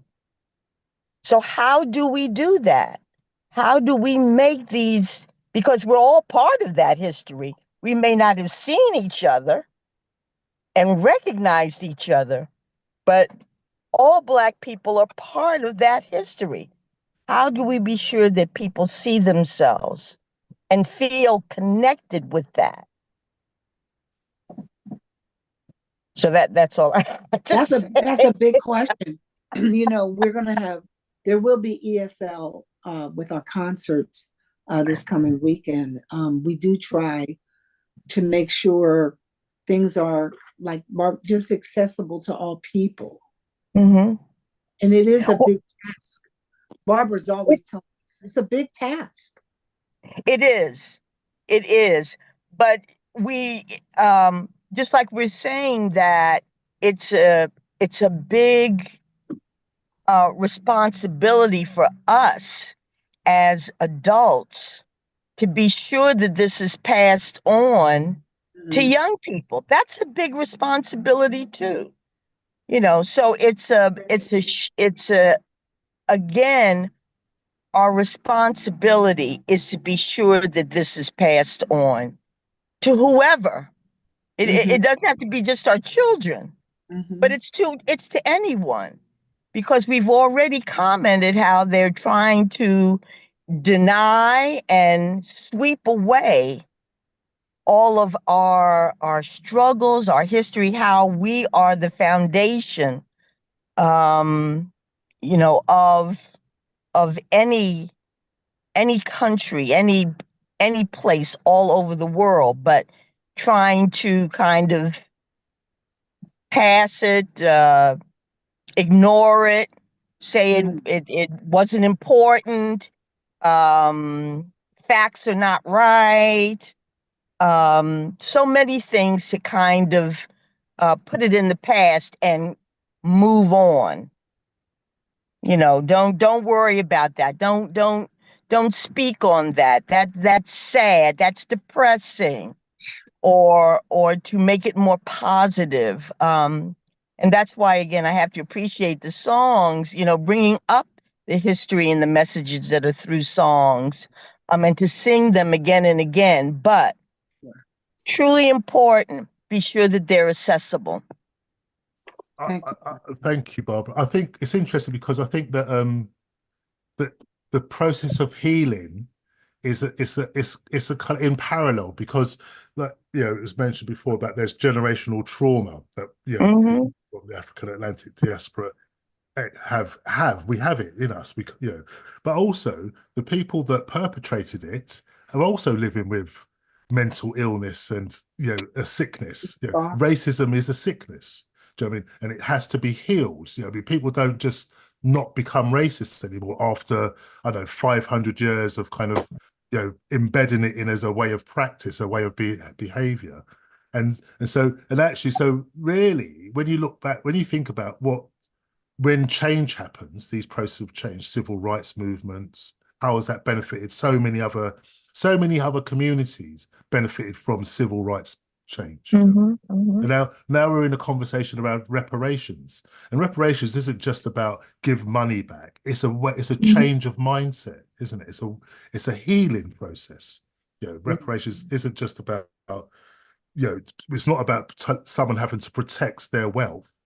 Yeah, I mean, it's about actually, it's a change, it's a different way of us living and existing together, isn't it? And so I think that, like, we have the tools here, don't we? We've got the method. Is, you know, and sharing it is the. Can I say something quickly, Frank? Which is, I'm mindful that in sessions like this, and I think Earl said this, we have to be mindful of talking up ourselves. I think, for me, it's understanding that there is a fear in society that through Black music, white youth is being subverted into being more supportive of Black culture. And in popular music, whether it's hardcore rap or it's a love song, it's still Black music. And you mentioned various artists that have adopted Black music, obviously, or behind the scene, it's a Black producer creating the beats. Nonetheless, popular music is Black music. It's becoming more obvious with genres like Afrobeat and so forth, and the origin is becoming more obvious. But still, when you're making it into, you know, the top 10 of Billboard or in the UK charts, your majority audience does not look like me. It's reality globally. And so there's a fear that Black music is hugely powerful, but it's doing something in spite of, which is converting the next generation, not Black community.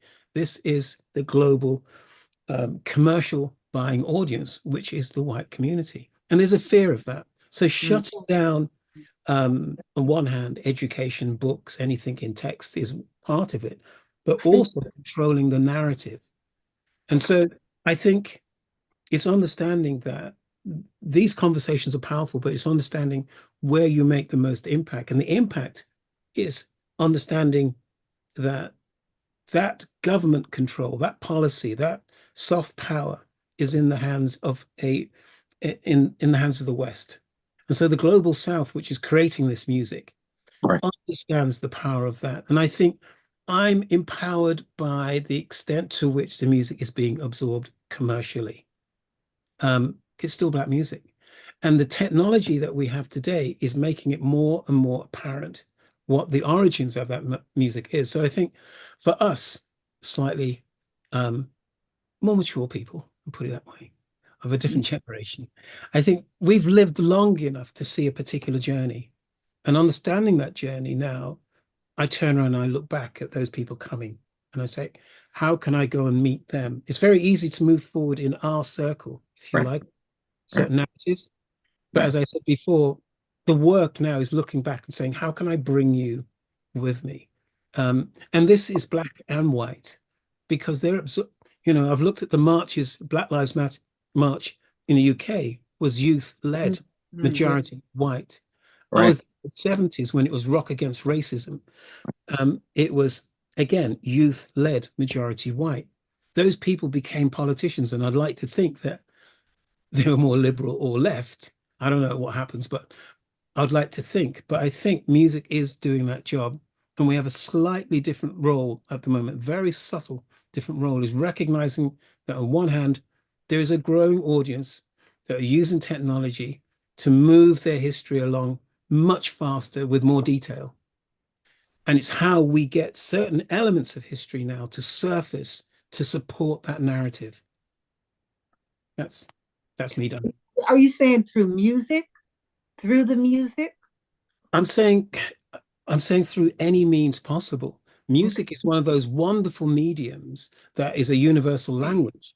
Yes. But as long as the music is getting out there, we have the opportunity to ride on its coattail, if you like. I'm not restricting it because the main audience is not us. We're not the commercial audience. But that music is finding the audience. I think our conversation is with the music makers. Hello. Thank you. Who is that? Louise. Hey, Lou. Hey, I'm listening to all the comments, and they're really spot on. And I really want to take this opportunity to invite the white people on this call, because I see some here, to really understand you. I'm sure, as we all have learned a lot, gotten a lot of information today, that this is your opportunity. This is your time, as far as I'm concerned.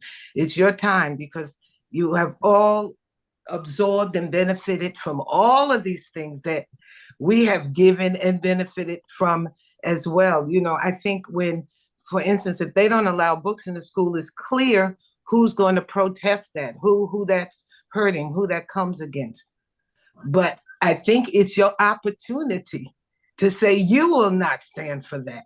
It's your opportunity to go into a bank and say, if you don't serve these people, you don't serve me. It's an opportunity. That's all I want to say.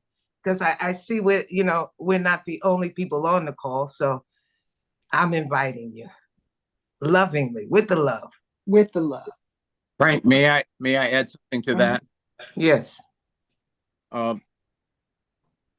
Sweet Honey in the Rock, I think, is one of the keenest examples of the transmission of different ways of knowing and doing that has emerged from the African continent, literally out into the world. It not only sings songs coming out of the English language and the African American tradition in the United States, but it sings songs from the aesthetics and the ways of knowing from different areas of Latin America, Chile, from South Africa. Soweto, your waters run deep through. Chile, your waters run deep through Soweto is one of the phrases. I think we need to make sure that we grasp that culture is transmitted ways of knowing and doing and feeling and ethics, and that it is also the transference of the power of imagination to create new extensions of that. So rap is one of those new extensions of that. And the point that was being made about the Black Lives Matter movement, it was a small group of Black people in the United States. Most of the people out in the streets of the United States protesting against the murder of George Floyd were not Black. They were white and other racial groups. And around the world, millions of people stood up for that ethic. And so that as we talk about the power of music, I think we also want to talk about the power of the ethics and the principles in music. And then again, some of us will not choose the ethics that Sweetie Honey and the Rock have done. We have so many different musical expressions, and I think we have to face that. But I think that is something that we want to say to these young potential audiences. I think we do, as has been pointed out, we have to go where they are. And with this notion of the choir, what is the imaginative perspective of the choir in this part of the 21st century? Will it accommodate rap? Will it accommodate poetry? Afrobeat. Where these young people are, and I think that's a way of magnifying and mobilizing more historically African descendant audiences, not just having non-African descendants be the majority audience for these different ways of knowing and doing and the ethics that are being transmitted through song. 100%, James, 100% with you on that. And just to echo that, in the churches in the UK, the Christian churches, many of them absorbed Afrobeat, grime, and what was thought of, I suppose the equivalent in the UK was the worst possible hip hop. In the UK, it was called drill. Supported the music, and with that, brought in a complete different audience of young Black males, and it changed their narrative. And what they offered these young males was, as I said, one of the largest platforms for music with that community support, and it changed the narrative within the music. And so that's all I'm saying. So I'm 100% with you. Absolutely. Thank you. I'm just going to read. There's a couple of comments I just want to read out. So actually, one of these you might have answered. I think you may have answered in one of your early discussions. So there's a comment from someone who said, if I were a mentor to some young Black students at BCC in Massachusetts, I think maybe that's known from the States, BCC in Massachusetts. What should I focus on? Music sounds perfect, but I did teach the Harlem Renaissance and Great Migrations when I taught high school. Let me know if you can. I think you may have discussed this already in the kind of discussion about how to kind of support the next generation or engage the next generation. So, and then we've got Robin Nardi. If you can get a copy of the 26 episode radio documentary Wade in the Water, African American Sacred Music Traditions, that series covers over 200 years of Black music, including spirituals and gospel music that crossed over the secular. And Wade in the Water is a Smithsonian National Public Radio production. So everyone's nodding, so there's knowledge about that. Funny enough, so Clark Peters is trying to log on, but he's in a car in New Mexico and he's having real trouble getting on.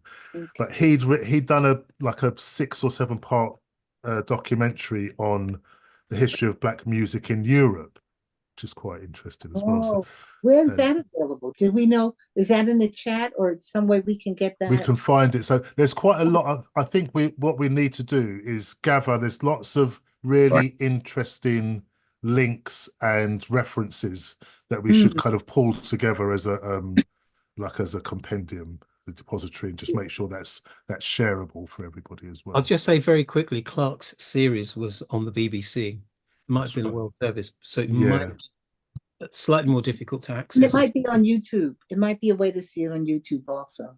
It's radio. It's radio. Yeah. It's a radio piece, isn't it? Oh, it's a radio program. Okay. Wow. Where are we?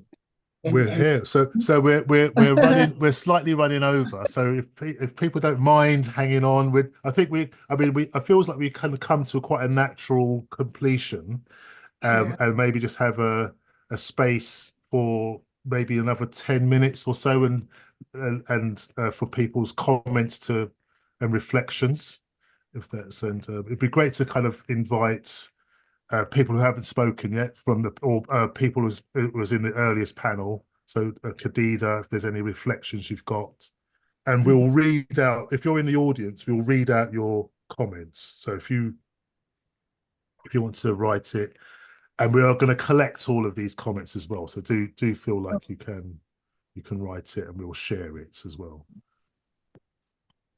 And then just I suppose what else? So some things just to note. A few things to note is Sweet Honey in the Rock are performing at the Barbican Centre on Sunday, next Sunday, Sunday the 13th. And I think there's at Wales Millennium Centre in Cardiff on the Saturday before. So, yes. Yeah, but if you used to Google Sweet Honey in the Rock .org and you'll see the tour dates. And so, yeah, if you're not going, please do. And then also with our Legacy series here in London, and so there's a collaboration with Chapman Roberts, who you've met. Some of you know, but some of you met today for the first time. Chapman Roberts spoke, and myself and Gwen Moten, who's here, and B Dexter Allgood.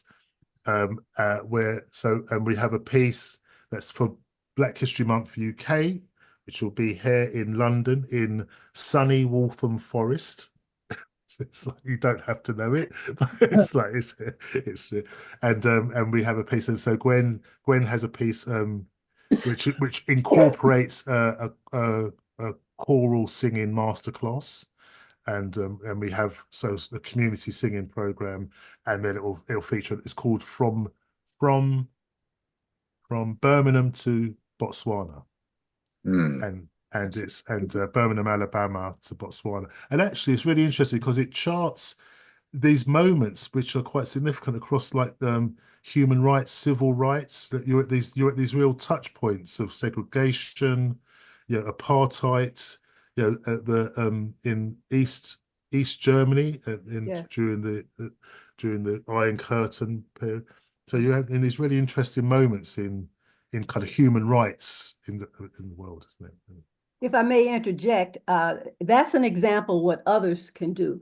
I've taken my life, which comes from the civil rights movement, and incorporate music, in which my points have existence has touched on. Whether it was Broadway, I represented the President of the United States around the world, and I take music of those eras and introduce them, the style, the significance, the racism in the musical styles, and carry it through my life, which I chronicle from Birmingham, Alabama, to when I was in Botswana, telling the story. So that's an approach, taking your personal experiences and incorporating music that which your life has touched.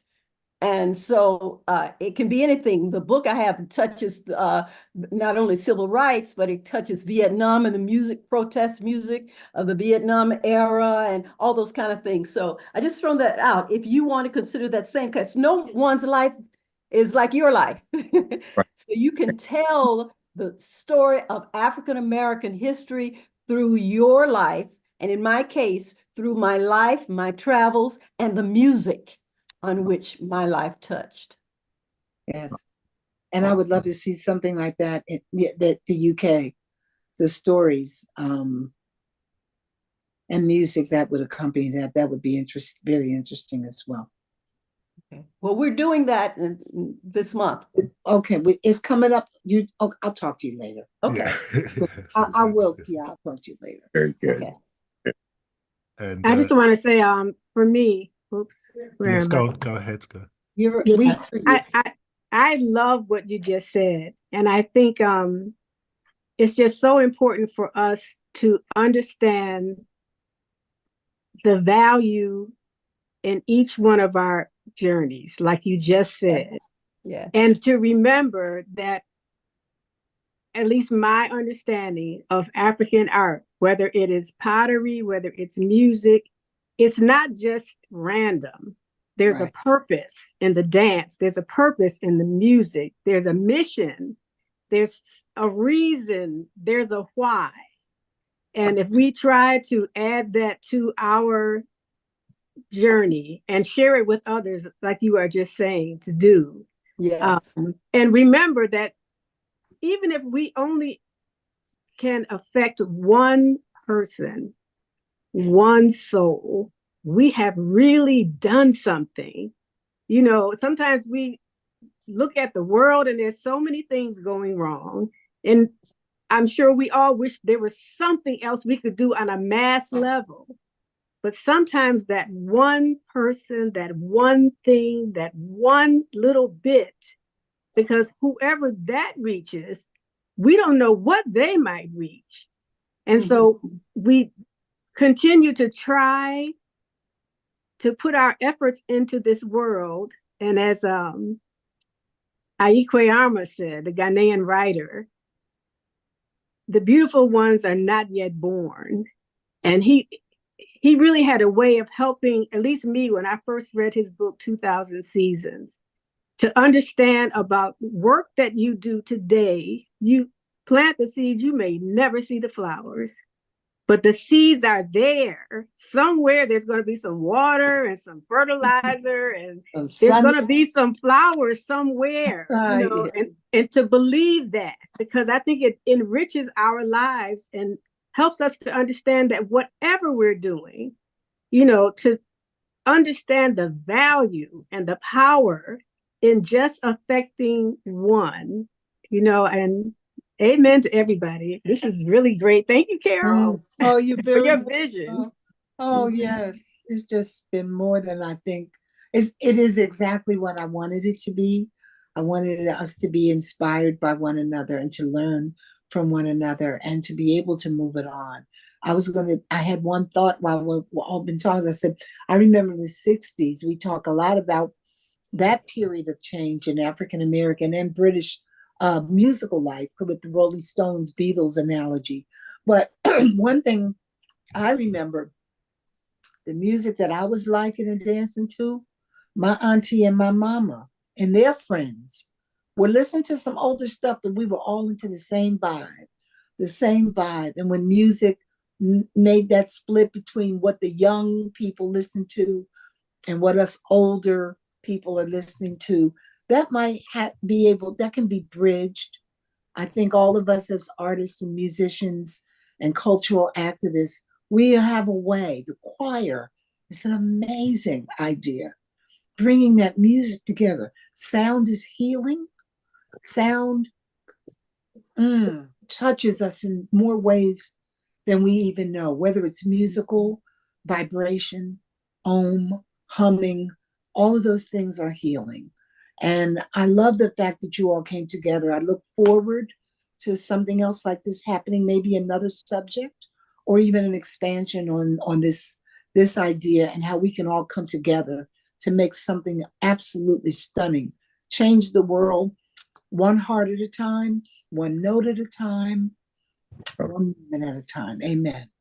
All right. Amen. Right. Woman. Can I just make one very final brief comment on that?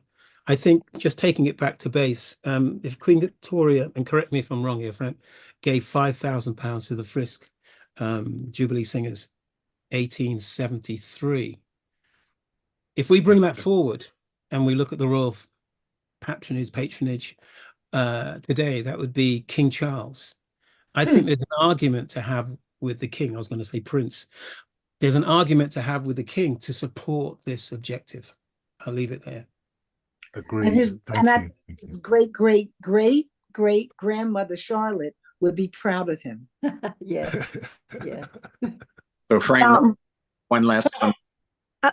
I've been trying to say something, but I couldn't figure out how to get my off mute. Aisha, hey. I finally figured out how to get it off mute, but I've been trying to respond to so many comments that I've talking about the beauty of music and the healing power of music and the universality of music.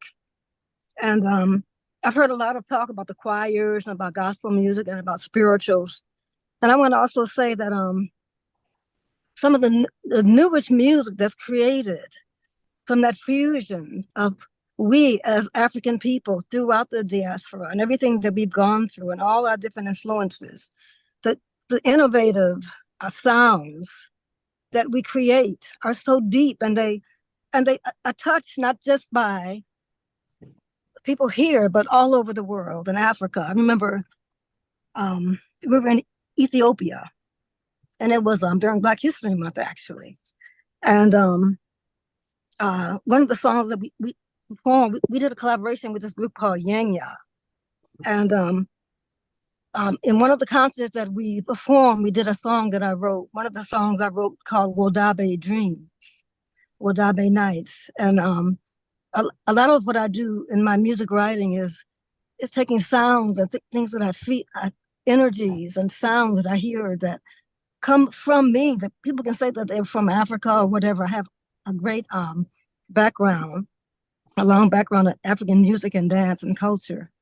But we sang that song, and a lot of these songs don't have lyrics. They're just tone poems. Mm-hmm. And I remember at the end of that, one of the singers coming up to me, and she just, these are all young people, man. She just came to my knees, man. She was just crying. She said, I love that song. It just made me cry. It was so touching to me.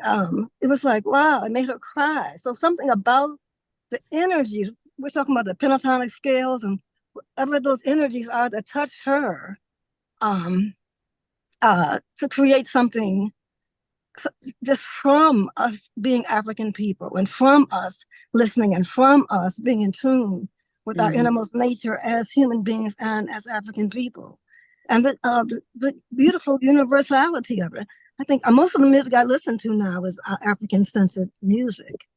And I remember when we were in South Africa and we were in Swaziland, we went to this club. And I remember the jazz, it was a jazz ensemble. The music that I heard was so advanced. It was just incredible. It was like the kind of music that can transport you to the seventh dimension. It was so profound. And even now, as I listen to African music, not just the very rhythmic dance modes, so many different things, but to the jazz, the ear that these people have, I'm just totally astounded by the linkages that we think, oh, John Coltrane, Pharoah Sanders, and we look back and we're listening to what these African people are creating today as innovative music, as jazz. To me, it's just a wonderful, wonderful, wonderful celebration of the unity and the connection that we have with our roots, our ancestral roots in the music, and how important that is. Amen. Mm-hmm. I'm glad you made it. I'm glad you were in. Yeah, I've been in. I just couldn't get off of mute. I got you. You right on time, girlfriend. Right on time. Great. So thank you so much. I feel like this is a good close. We're just going to open the gate to let the dog out. There you go. You want careful. Hey, Frank. Hey, Frank. Hello. Frank, this is Maillard. So before we go, I want to make sure that that everyone who's enjoying this grand conversation knows that there are 5 organizations that we are inviting you to donate to, cultural organizations that are uplifting music, uplifting souls and hearts as artist activists. The 3, I can speak for the 3 on the UK side. I think the links are in, Frank will talk about all that. The links are somewhere, but we have Daily Antidote of Song. We have sankofa.org. And we also have WPFW radio station, a community radio station in Washington, D.C.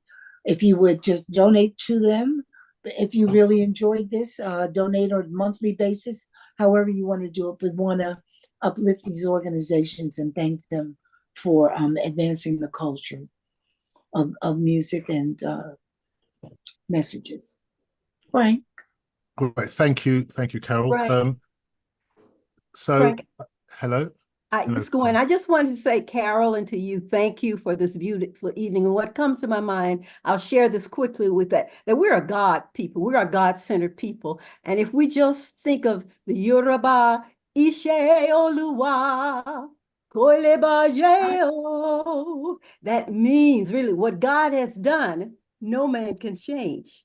Come on. So we need to fear. We just need to get together and do something. Absolutely. Thank you. Thank you. Let's hold that. That's a gift. Thank you so much. Thank you. So just to add on, if you see in the chat, we've been adding our links, so there's places you can follow. So I think the panelists have been adding their connections and their links, so please do grab that. But we will still share it. If you registered through Eventbrite and you're okay for us to kind of keep in touch, we won't spam you, but we'll just kind of make sure that we can follow up with information from this meeting, let you know when next ones are going to happen, and any of the kind of really, really valuable information that's kind of come out of this. It would be really good to share that with you, and also have a space for you to keep sharing your knowledge with us as well, just so, because there's lots of really rich information that's come out of this conversation. Yeah.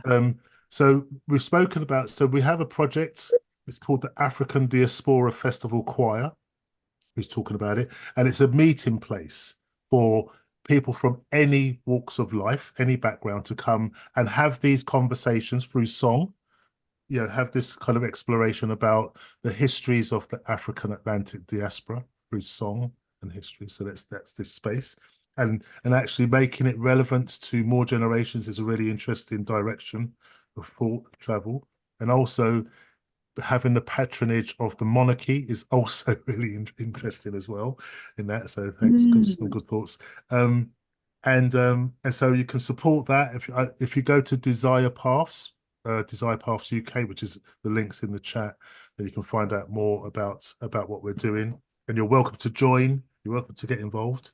And then also Clark Peters, who couldn't make it, he really did try. He called me earlier on. He was trying to get on, but he couldn't get the signal. And he was going to speak. And also he's ambassador for an organization called the Heritage and Cultural Society of Africa.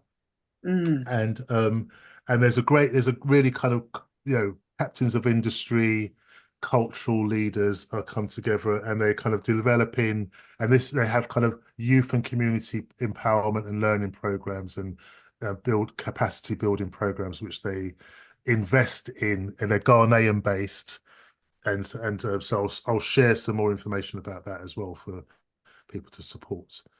And that's us. That's us for now. Hey. And if you're in London and if you're in Walthamstow, from the 28th of October to the 2nd of November, you can be with Gwen and B. Dexter Allgood from Birmingham to Botswana, and it'll be great. It's a really lovely space. So is there any other final thoughts or comments? I can say thank you to everyone. Thank you, Frank. Really lovely to Thank you. Thank you, Mykaell. Thank you, Carol, for initiating this idea and bringing it to us, and thank you for everyone saying yes. Thank you, Mykaell and James and Gwen and the Sweet Honey in the Rock Company. You're welcome. And I have a special shout out from my heart for Chaplain Roberts and Frank Sweeney. You're very kind. Thank you very much. My love to y'all. Thank y'all for and I want to say thank you to bye everybody. I want to say thank you to Claudia for looking at Joe, Eric and Ella for looking after all the technical work and really making it run smooth. Yeah, super smooth. Very good. The mics are all open for everyone to say goodbye as before they leave, and massive thanks especially to Joe and Eric and everyone behind cameras. Amazing. Yeah. Very informative. Frank, can you hear me? Hello, Chapman. Hello, Chapman. Can you hear me? Hello. Yeah, we can hear you. I want to suggest that everyone listen to a song that Daryl Walker just called to my attention by Quincy Jones. The lyric is, "What good is a song?" That's right. Oh, okay. Quincy Jones. What good is a song? What good is all of them. What good is a song if it doesn't have meaning? That's right. That's right. I know that song. Okay. Bye. Thank you, everyone. Bye-bye, whoever has to go. Homework. We've got homework. Great work. Bye-bye. Bye, everyone. Bye. Bye. Thank you for coming. Thank you, everyone. Bye-bye. I'm going to stay until it's just me and Frank. They adapt to person. I was at Dakota.